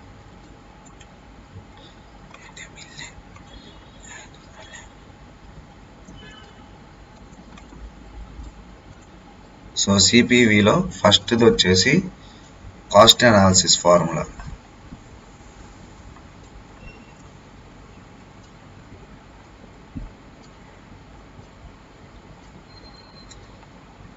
సెకండ్ వచ్చేసి ప్రాఫిట్ అనాలిసిస్ ఫార్ములా అన్నమాట.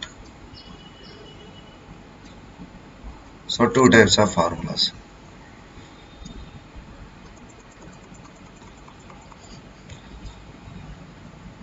సో ఇక్కడ ఎగ్జాంపుల్ ఇచ్చాడు, 2,50,000 ఉంది, వేరియబుల్ కాస్ట్ వచ్చేసి 11. మన దగ్గర ఎన్ని యూనిట్స్ ఉన్నాయి, లైక్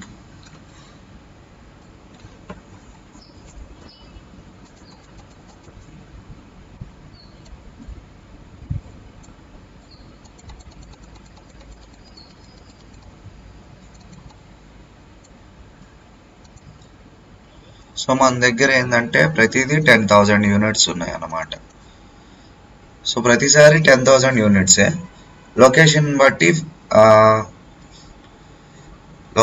బట్టి దాని fixed cost, variable cost per unit అనేది మారిపోయింది. సో దాన్ని బేస్ చేసుకొని మనం క్యాలిక్యులేట్ చేసి ఆన్సర్స్ అనేవి తీసుకోవచ్చు. So fixed cost plus variable cost per unit into number of units equal to total cost. A లొకేషన్లో ఎంత, బి లొకేషన్లో ఎంత, సి లొకేషన్లో ఎంత అనేది మనం క్యాలిక్యులేట్ చేసాం ఈ విధంగా. సో ఇప్పుడు మీకు ప్రాబ్లము, దాని సొల్యూషన్ కూడా పెడుతున్నా రిఫరెన్స్ కింద.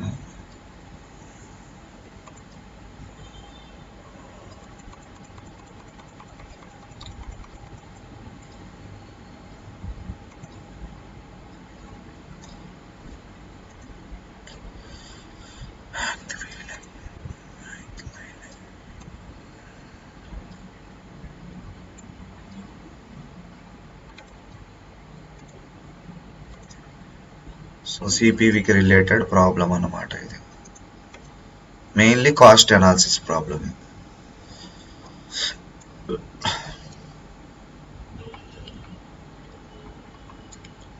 Cost analysis problem. సో ఇక్కడ మనం ఏం క్యాలిక్యులేట్ చేసాం, కాస్ట్ని క్యాలిక్యులేట్ చేసాం అన్నమాట ఈ ప్రాబ్లంలో. Next, following data shows fixed and variable cost for particular product. మొత్తం కాన్స్టెంట్గా 8800 యూనిట్స్ అన్నాడు. పర్ యూనిట్ 6 రూపీస్ అన్నారు. ఇప్పుడు ఏం అడిగాడు మనల్ని? ప్రాఫిట్ అడిగాడు, కాస్ట్ కాదు. సో మనం ఫస్ట్ కాస్ట్ని క్యాలిక్యులేట్ చేసాం. యూనిట్కి వచ్చేసి అక్కడ ఏ లొకేషన్లో 6 రూపాయలు, బి లొకేషన్లో 6 రూపాయలు. సో 52,800 అనేది వచ్చింది, ఇది తెలిసింది. అయితే ప్రాఫిట్ ఏంటి? ఫిక్స్డ్ కాస్ట్ వచ్చేసి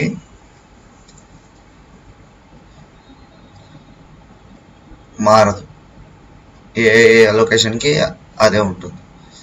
సో దాని ప్రకారం ఇక్కడ 8,800 అనేది number of units.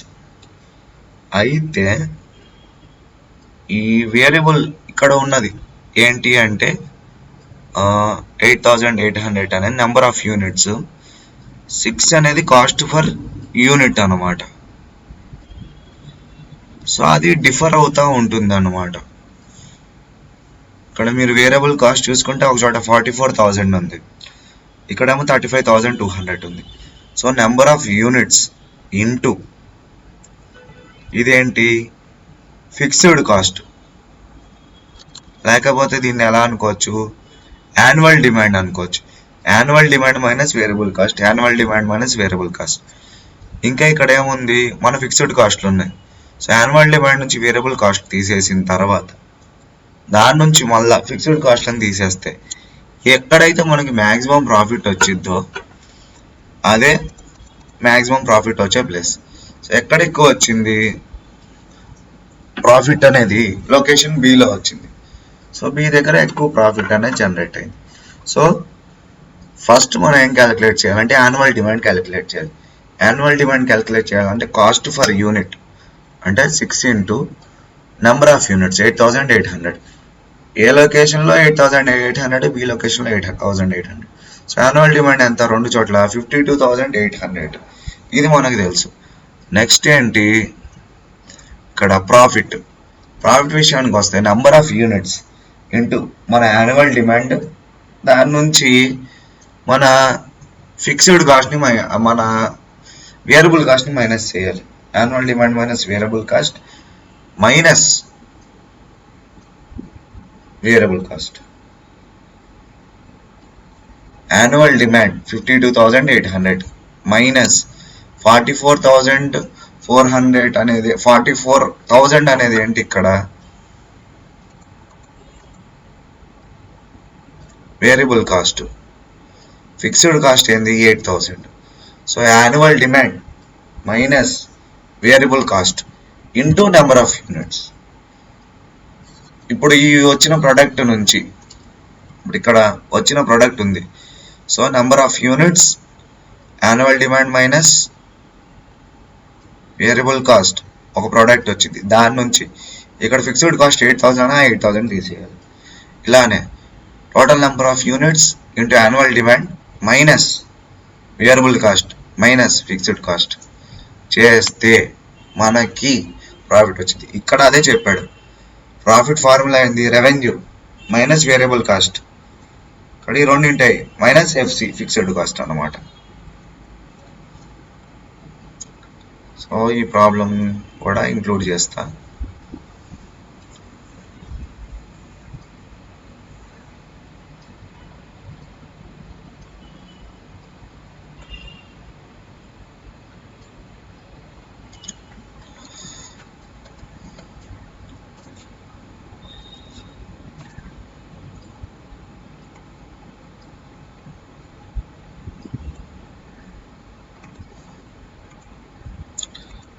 The-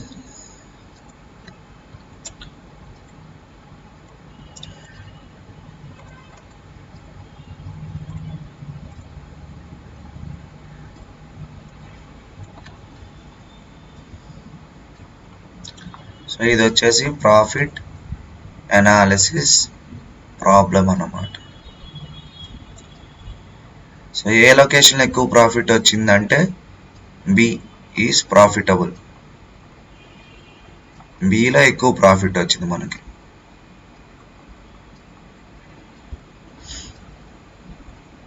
next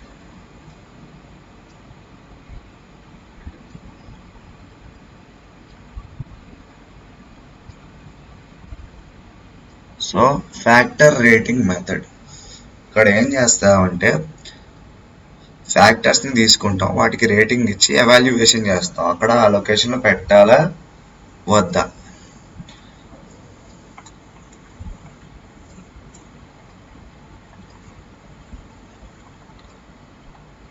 factor rating method ప్రకారం first by applying qualitative methods views ని తీసుకుంటాం.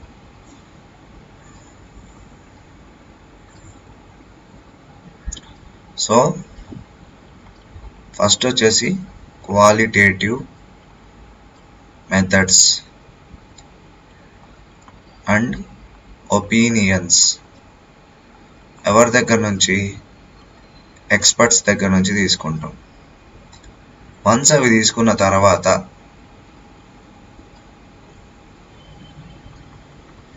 సెకండ్ స్టెప్లో ఏం చేస్తాం? సూటబుల్ ఫ్యాక్టర్స్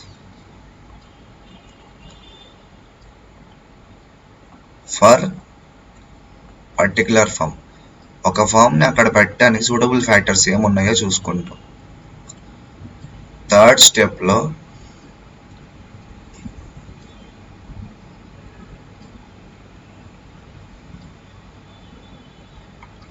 కన్స్యూమర్స్ని రేటింగ్ ఇవ్వమని చెప్తాం. దేనికి?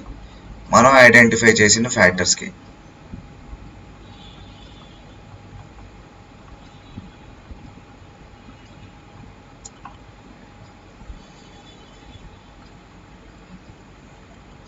లాస్ట్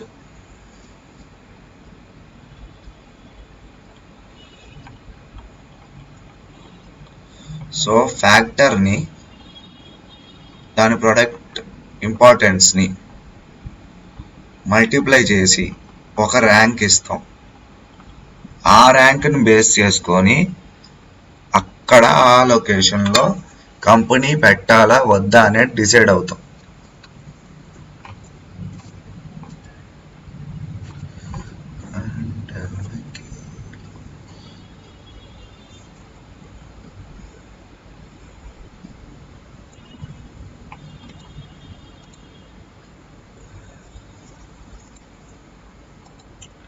సో ఇక్కడ తీసుకున్న ఫ్యాక్టర్స్ ఏమున్నాయి అంటే చూడండి.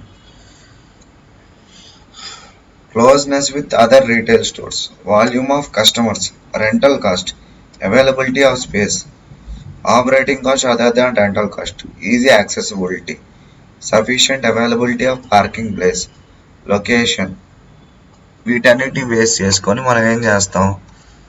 రేటింగ్ ఇచ్చి, ఫ్యాక్టర్ రేటింగ్ ఇచ్చి ఆ లొకేషన్లో ఆ ఫ్యాక్టరీ పెట్టాలా వద్దా అనేది డిసైడ్ అవుతాం.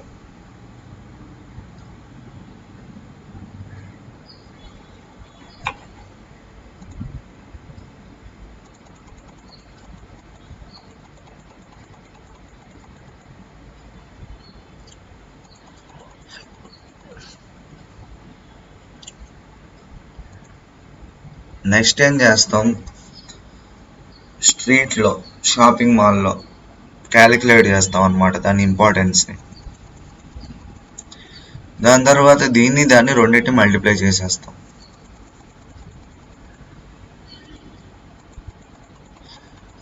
First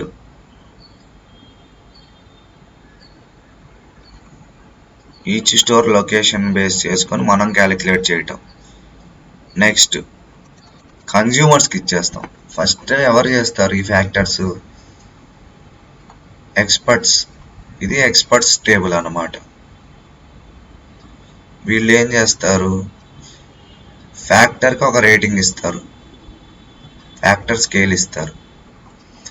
next consumers 0 to 100 select చేసుకోమంటాం.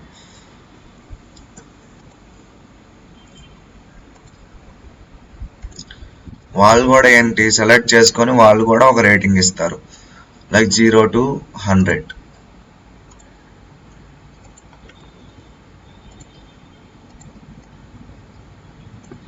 ఇది వచ్చేసి కన్జ్యూమర్ అనమాట, consumer decision, consumer rating. So consumer ఎంత ఇంపార్టెన్స్ ఇస్తున్నాడు అనేది ఆ ఫ్యాక్టర్స్కి. నెక్స్ట్ ఏంటి?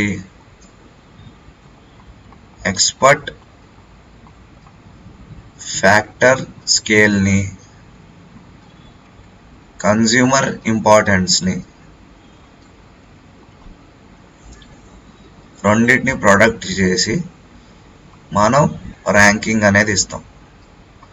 దాన్ని బట్టి ఆ పర్టికులర్ లొకేషన్లో ఆ ఫ్యాక్టరీ పెట్టాలా లేదా అనేది డిసైడ్ చేస్తాం. సో ఇందా చెప్పినట్టే రెండింటిని మల్టిప్లై చేసి పడేస్తాం. సో ఇలా డిసైడ్ అవుతాం అన్నమాట. కన్జ్యూమర్స్ ఏమంటున్నారు, అలానే ఎక్స్పర్ట్స్ ఏమంటున్నారు, ఫైనల్గా దేనికి ఎక్కువ ప్రిఫరెన్స్ వస్తుంది, సో ఏది ఎక్కువ కన్సిడరేషన్లోకి తీసుకోవాలి, వాటిని బట్టి లొకేషన్ ప్లానింగ్ చేసుకోవాలి.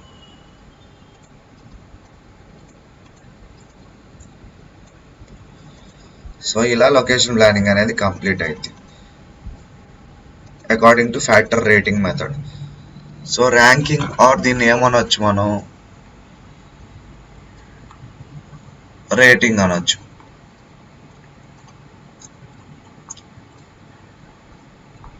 ఆర్ రేటింగ్ అని కూడా అనొచ్చు దీన్ని. Next concept centre of gravity method.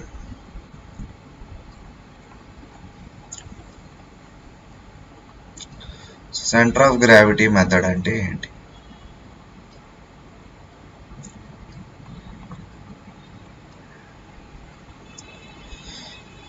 మామూలుగా ఒక లొకేషన్ లైక్ వేర్ హౌసెస్, ఇంకా ట్రాన్స్పోర్టేషను, మార్కెట్ రీటైలర్స్, ఇవన్నీ మనకు కావాలనుకుంటే బెస్ట్ లొకేషన్లో పెట్టాలి, మెయిన్లీ ఎఫ్ఎంసీజీ ప్రొడక్ట్స్కి. సో 3 మేజర్ సిటీస్ ఉన్నాయి, ఏబిసి. అయితే సిటీ ఏ అనేది capital, highest per capital income వచ్చింది, లార్జెస్ట్ పాపులేషన్ ఉంది. City B and C similar on per capital and population characteristics. Distance between A and city B is 50 and distance between A and C is 60. Between B and C is 40. So అప్పుడు దేనికి మధ్యలో పెడతాం? ఏకి సికి మధ్యలో B ఉంది. So ఏ నుంచి బికి 50 kilometres, B నుంచి సికి 40 కిలోమీటర్స్. సో బిలో పెట్టడమే బెటర్ అన్నమాట. So A city, B city, C city.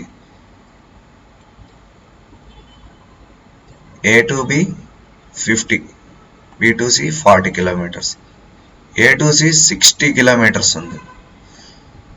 So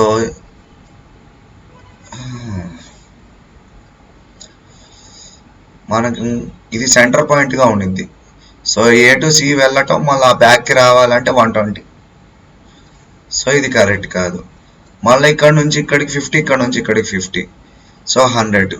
so మొత్తం ఎంత అయింది? వీళ్ళ పాతే 160 అయింది లాంగెస్ట్. ఇక్కడ అనుకో 50 50 100 40 40 180.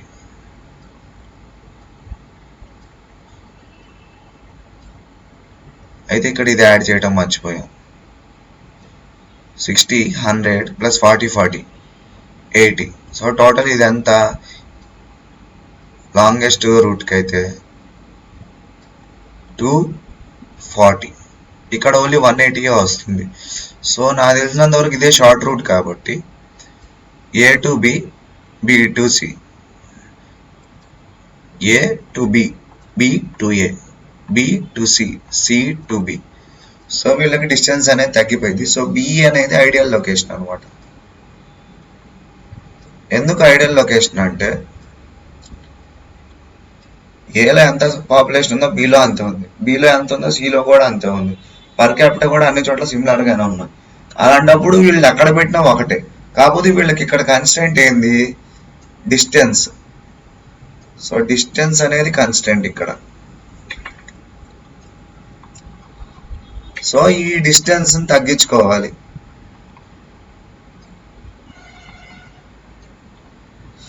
సో దాన్ని బేస్ చేసుకొని లొకేషన్ అనేది ఎస్టాబ్లిష్ చేసుకోవాలి. సో సెంటర్ ఆఫ్ గ్రావిటీని ఎలా క్యాలిక్యులేట్ చేస్తారు? Locate on coordinate system, coordinate జామెట్రీని బేస్ చేసుకో. Calculate volume been shipped, demand for each location, ప్రతి చోట ఎంత డిమాండ్ ఉంది. Use the following formula to find the coordinates of new location. So X coordinate, Y coordinate, వీటిని base చేసుకొని ఉన్న డేటాని బేస్ చేసుకొని మనం లొకేషన్ అనేది ప్లాన్ చేస్తాం centre of gravity method. So ఈ ఫార్ములాస్ అన్నమాట.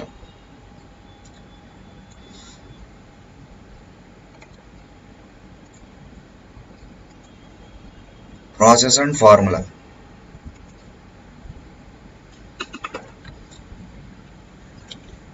ఫస్ట్ ఏమో ప్రాసెస్,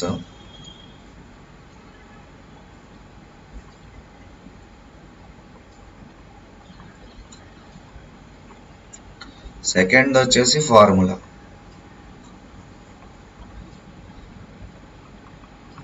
నెక్స్ట్ దీనికి రిలేటెడ్గా ఒక ఎగ్జాంపుల్ మాట్లాడుకుందాం. సో ఒక లొకేషన్లో ఎక్స్ అనేది 150 దూరం ఉంది, వై అనేది 75. ఇది కోఆర్డినేట్ పాయింట్ అన్నమాట, లైక్ XY కోఆర్డినేట్స్ మ్యాప్లో లాటిట్యూడ్ లాంగిట్యూడ్ అని కూడా అనుకోకపోతుంది. బి అనేది 100, 300, 8200 క్వాంటిటీ ఇంత అమ్ముతారు. ప్లాంట్ సి వచ్చేసి 1275, 380. సో ఇక్కడ మ్యాక్సిమం వాల్యూమ్ ఎక్కడ అమ్ముతున్నారు, ప్లాంట్ బి నుంచి అమ్ముతున్నారు. ఓకే, ఇప్పుడు ఏం చేస్తామంటే ఫార్ములా ప్రకారం ఎక్స్ కోఆర్డినేట్ ఇంటూ దాని క్వాంటిటీ, అన్ని X coordinates into there quantity. So 150 into 6000, 100 into ఇక్కడ 150 ఇంటూ 6000, 100 ఇంటూ 8200, 275 ఇంటూ 7000 చేసేసి డివైడెడ్ బై 6000 ప్లస్ 8000 ప్లస్ 7000. ఇదేంటి, టోటల్ ఆఫ్ క్వాంటిటీ. అలానే నెక్స్ట్ వై కోఆర్డినేట్ తీసుకొని Y into 75 into 6000, 300 into 8200, 380 into 7000 చేసి ప్రోడక్ట్ని యాడ్ చేసేసి డివైడెడ్ బై ఎంత క్వాంటిటీ ఉందో దాన్ని కింద వేసుకోవాలి. అప్పుడు మనకు ఒక కొత్త కోఆర్డినేట్ వచ్చింది. సో ఈ మూడు కంపెనీలు కాకుండా ఏ కోఆర్డినేట్లో పెట్టాలో దాన్ని బేస్ చేసుకొని డిసైడ్. ఎలా ఉంది?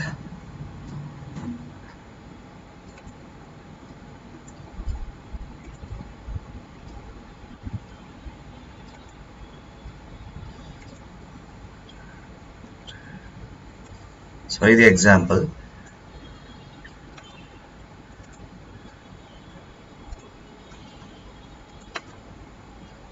పేస్ట్,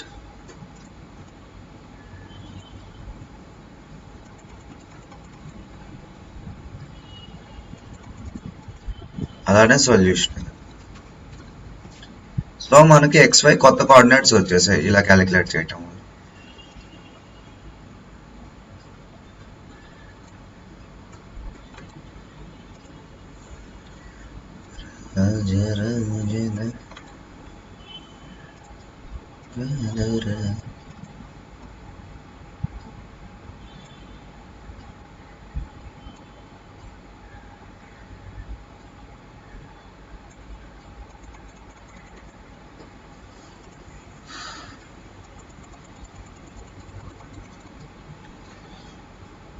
సో నెక్స్ట్ కాన్సెప్ట్ వచ్చి ట్రాన్స్పోర్టేషన్ మోడల్. సో ట్రాన్స్పోర్టేషన్ మోడల్లో మనం చూడాల్సింది ఏంటంటే allocation of units, total transportation cost, వాటితో పాటు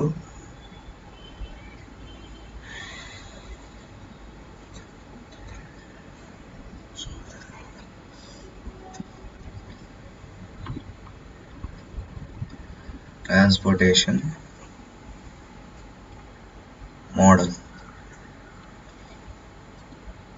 ఇంపార్టెంట్ ఏంటంటే అలొకేషన్ ఆఫ్ యూనిట్స్, ఎంత అలొకేషన్ ఆఫ్ యూనిట్స్ జరుగుతుంది, టోటల్ ట్రాన్స్పోర్టేషన్కి ఎంత కాస్ట్ అవుతుంది, టోటల్ ట్రాన్స్పోర్టేషన్ కాస్ట్,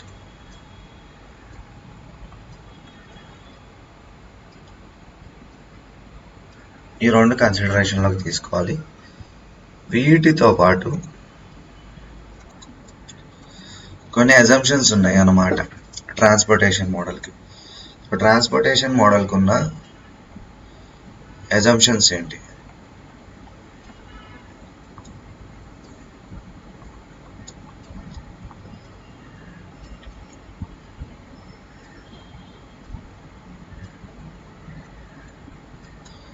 ఏంటి అంటే known and finite number of supply centers అనే ఉండాలి.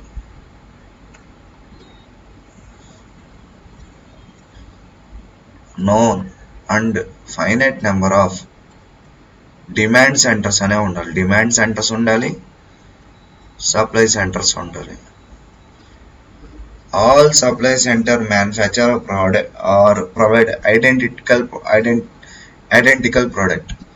సో ఇక్కడ ఉన్న అన్ని మ్యానుఫ్యాక్చర్ సెంటర్స్ అనేవి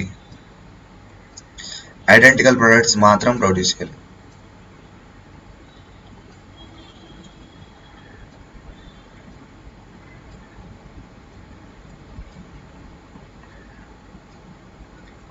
ఐడెంటికల్ ప్రొడక్ట్స్. దాంతోపాటు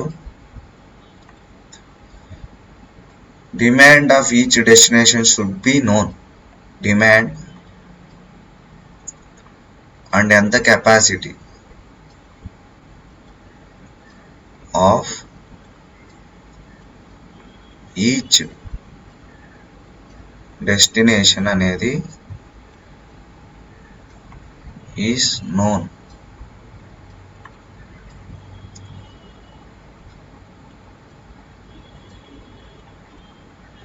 ఇంకా unit cost of transportation from origin to destination should be known.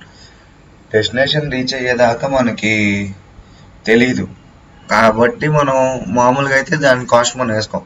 కాకపోతే ట్రాన్స్పోర్టేషన్ మోడల్లో unit cost of transportation from start అయిన కాడ నుంచి, ఆరిజిన్ స్టార్ట్ అయిన దగ్గర నుంచి to destination should be known, తెలిసి ఉండాలి. ఇక్కడ ప్రాబ్లం ఏంటి? Application of transportation model in location decisions. So మనకి 3 సప్లై సెంటర్స్ ఉన్నాయి అనుకోండి, S1, S2, S3. 3 demand centres ఉన్నాయి, D1, D2, D3. Cost of transportation S1 నుంచి D1కి C11 అనుకోండి, అలానే C22, C33 cost of transportation అని అనుకుంటే, ఎక్కడైతే transportation model you find which supply center should supply how many units to which center the total transportation cost is minimum. So ఎక్కడికైతే transportation cost అనేది minimum ఉంటుందో అది better location అని అనుకుంటాం. So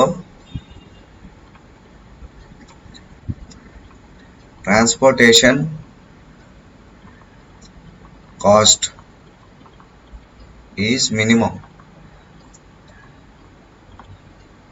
then it becomes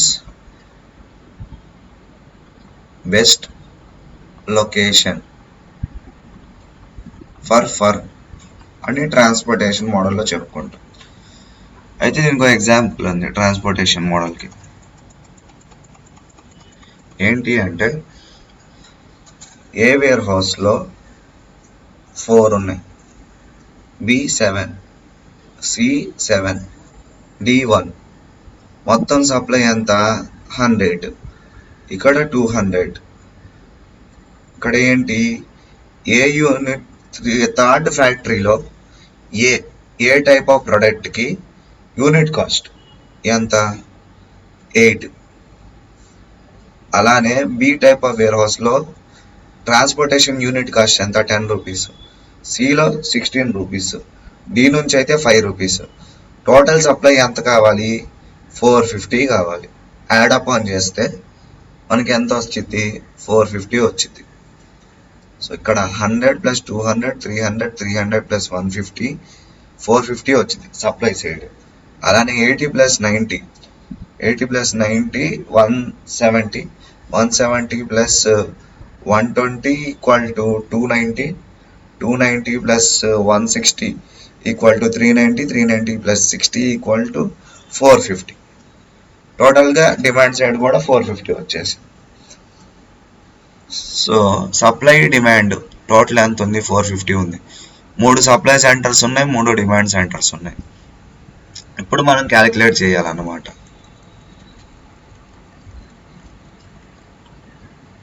so ఎక్కడైతే మనకి cost అనేది తక్కువ పడిద్దో అదే మన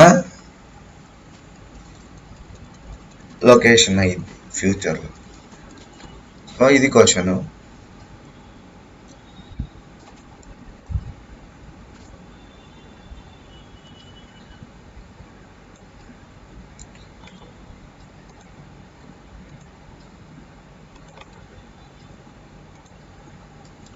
సో ఇది వచ్చేసి క్వశ్చన్.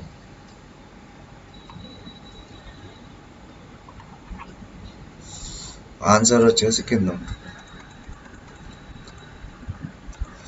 సో ఇప్పుడు క్యాలిక్యులేట్ చేస్తున్నాం దేనికి ఎంత అయింది. సో 7 ఉన్నాయి,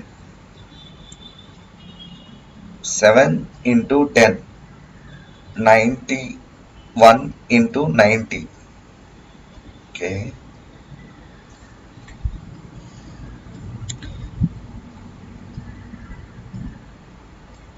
3 × 90.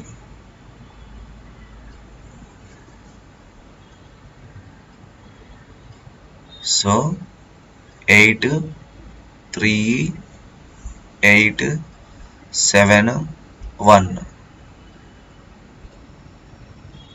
It's like first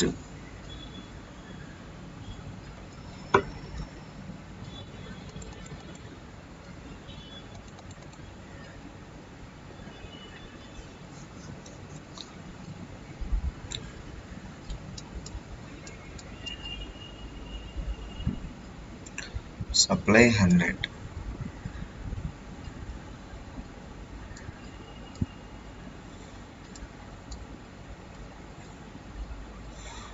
డిమాండ్ ఎంత.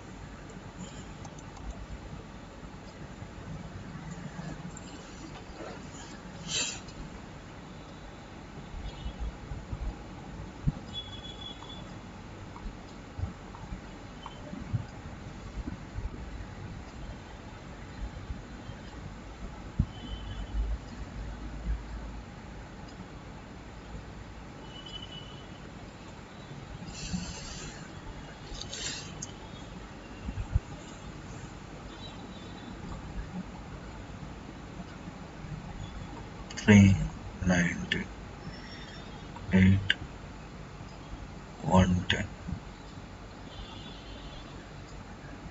Okay.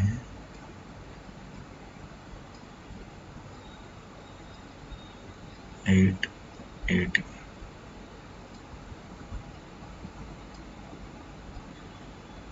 570. 80 minus 150 ఎంత?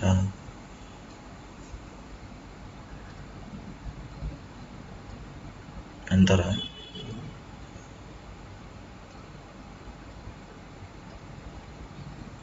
70.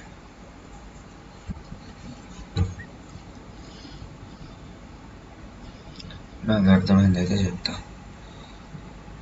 సో ఇక్కడ 8 ఉంది, డిమాండ్ 80 ఉంది. ఇప్పుడు 80 అనేది మనం ఇచ్చేసాం. సో 8 ఇంటూ 80 తీసుకుందాం. ఇప్పుడు ఈ 150లో సప్లైలో ఇంకా ఎంత మనం డెలివర్ చేయాలి? 70 డెలివర్ చేయాలి. ఆ 70 ఎంతకి డెలివర్ చేయాలి? 5 రూపీస్కి డెలివర్ చేయాలి. అలానే 5 రో తీసుకుంటే ఇక్కడ 7 ఉంది. 7 ఉంది. అతనికి మ్యాక్సిమం ఎంత ఉంది?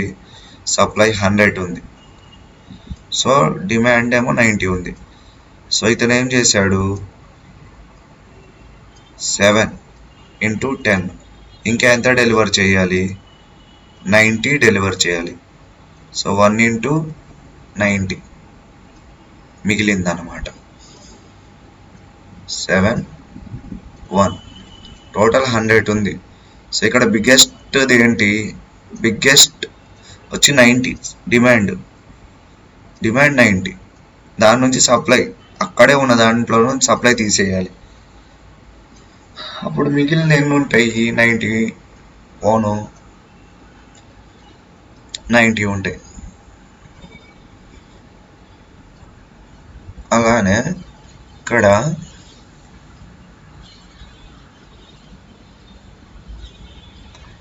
సప్లై చూసుకోండి, 200 ఉంది. ఇక్కడ మ్యాక్సిమం ఎంతకు పోయింది?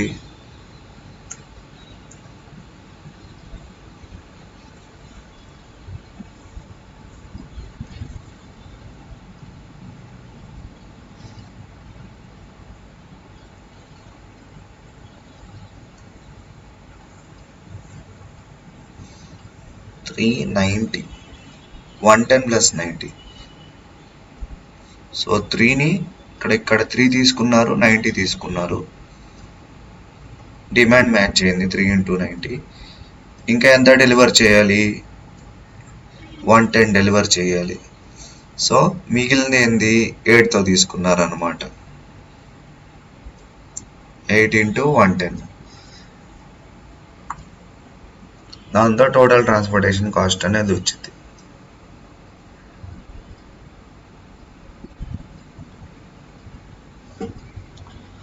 సో ఏం చేయాలంటే ప్రతిసారి ఫస్ట్ సప్లైని చూసుకోవాలి. ఫస్ట్ రోలో సప్లైని చూసుకున్నాం, 100 ఉంది. 100 సప్లై చేయడానికి ఫస్ట్ ఏం చేసాం? 90 సప్లై ఒకటి, 10 సప్లై ఒకటి తీసుకున్నాం. సో 90 డిమాండ్, ఇది సప్లై అనుకోండి, డిమాండ్. అలానే ఇటు సైడ్ ఏంటి? 200 సప్లై చేయాలి. 200 సప్లై చేయడానికి ఏం చేసాము? ఇక్కడ ఉన్న నెంబర్ ఏంటి?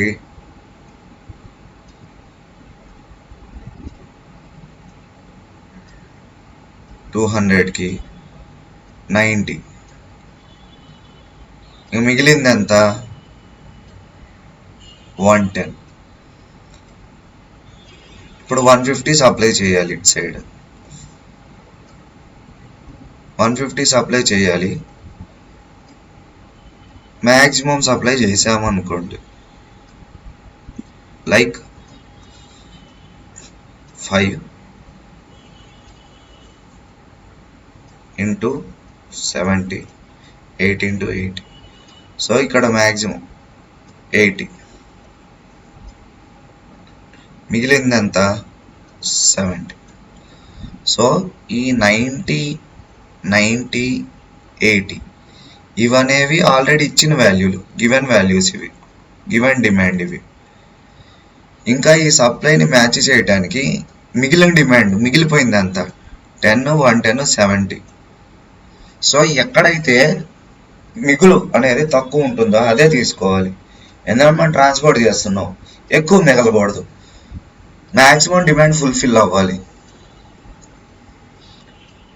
అలానే ట్రాన్స్పోర్టేషన్ కాస్ట్ కూడా తక్కువ ఉండాలి. టోటల్ చేసినప్పుడు యూనిట్స్ అనేవి ఎంత రావాలి, 450 రావాలి, ఎక్కువ అవ్వకూడదు.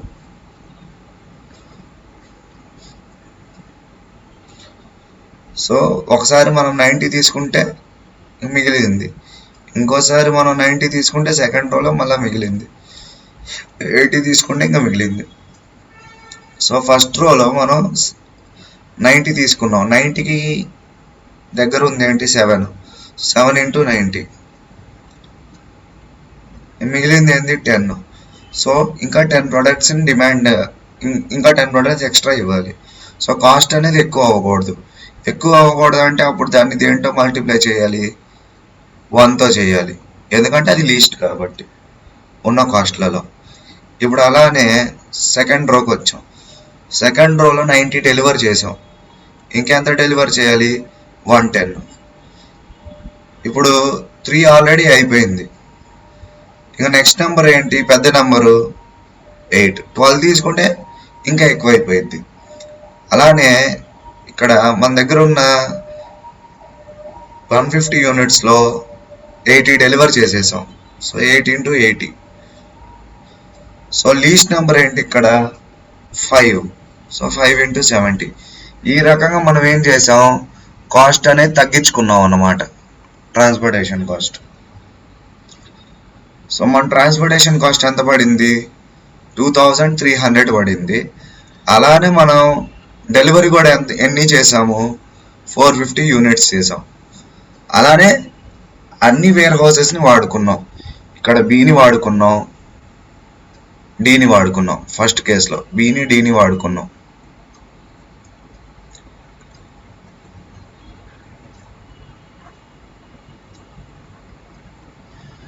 కొంచెం క్లారిటీగా ఉంటుంది. సో 100 మ్యాచ్ కావాలి కాబట్టి ఫస్ట్ ఏం చేసాం 90, ఇంకా మిగిలింది ఎంత ఇక్కడ 10, ఇక్కడ 200 రావాలి కాబట్టి మళ్ళీ 90, మిగిలింది ఎంత 110, ఇక్కడ మళ్ళీ 80 తీసుకున్నాం, మిగిలింది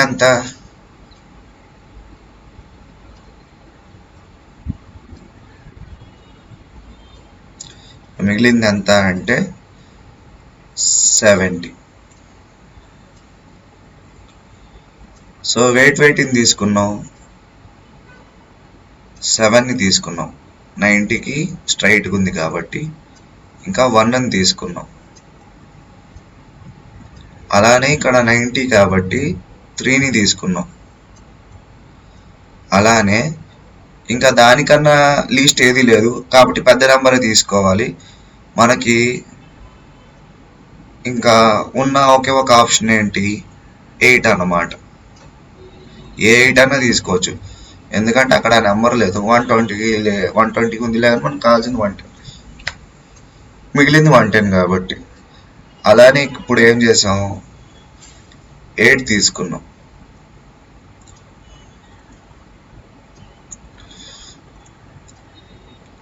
ఎయిట్ అనేది తీసుకున్నాం, మనం మిగిలింది అంత 70 ఫుల్ఫిల్ చేయడానికి ఇక్కడ ఉన్న లీస్ట్ నెంబర్ ఏంటి ట్రాన్స్పోర్టేషన్ కాస్ట్లో 5 అన్నమాట. కాబట్టి 5ని సెలెక్ట్ చేసాం. ఇంకా 5 కన్నా లీస్ట్ ఉంటే దాన్నే తీసుకుంటాం. సో అప్పుడు మనం టోటల్గా సప్లై ఎంత ఇచ్చాం 450 ఇచ్చాం. అలానే డిమాండ్తో సంబంధం లేదు, మనం ప్రొడ్యూస్ చేయాలనుకుంటే టోటల్ 450 ప్రొడ్యూస్ చేసేసాం. డిమాండ్ కూడా ఫుల్ఫిల్ అయిపోయింది, ఇంకా మనకు కొంచెం మిగిలింది కూడా. లాస్ అనేది ట్రాన్స్పోర్టేషన్ తక్కువ వచ్చింది. సో టోటల్ ట్రాన్స్పోర్టేషన్ కాస్ట్ ఎంత అయింది? 2300 అయింది మొత్తం చేసిన తర్వాత. ఆ కాస్ట్ని కింద వేసేసాం. సో దీంతో ట్రాన్స్పోర్టేషన్ మోడల్ అనేది కంప్లీటెడ్.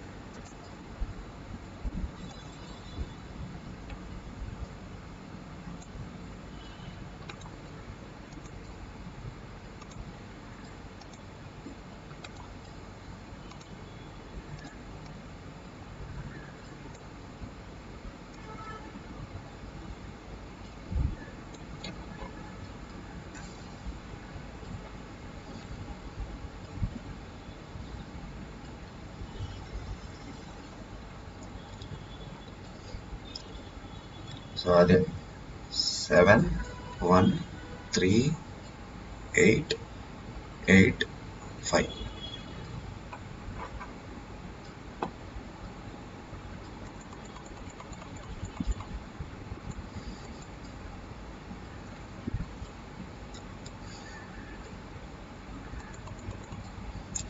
సో దీంతో ఫస్ట్ 2 యూనిట్స్ అనేవి కంప్లీట్ అయిపోయాయి.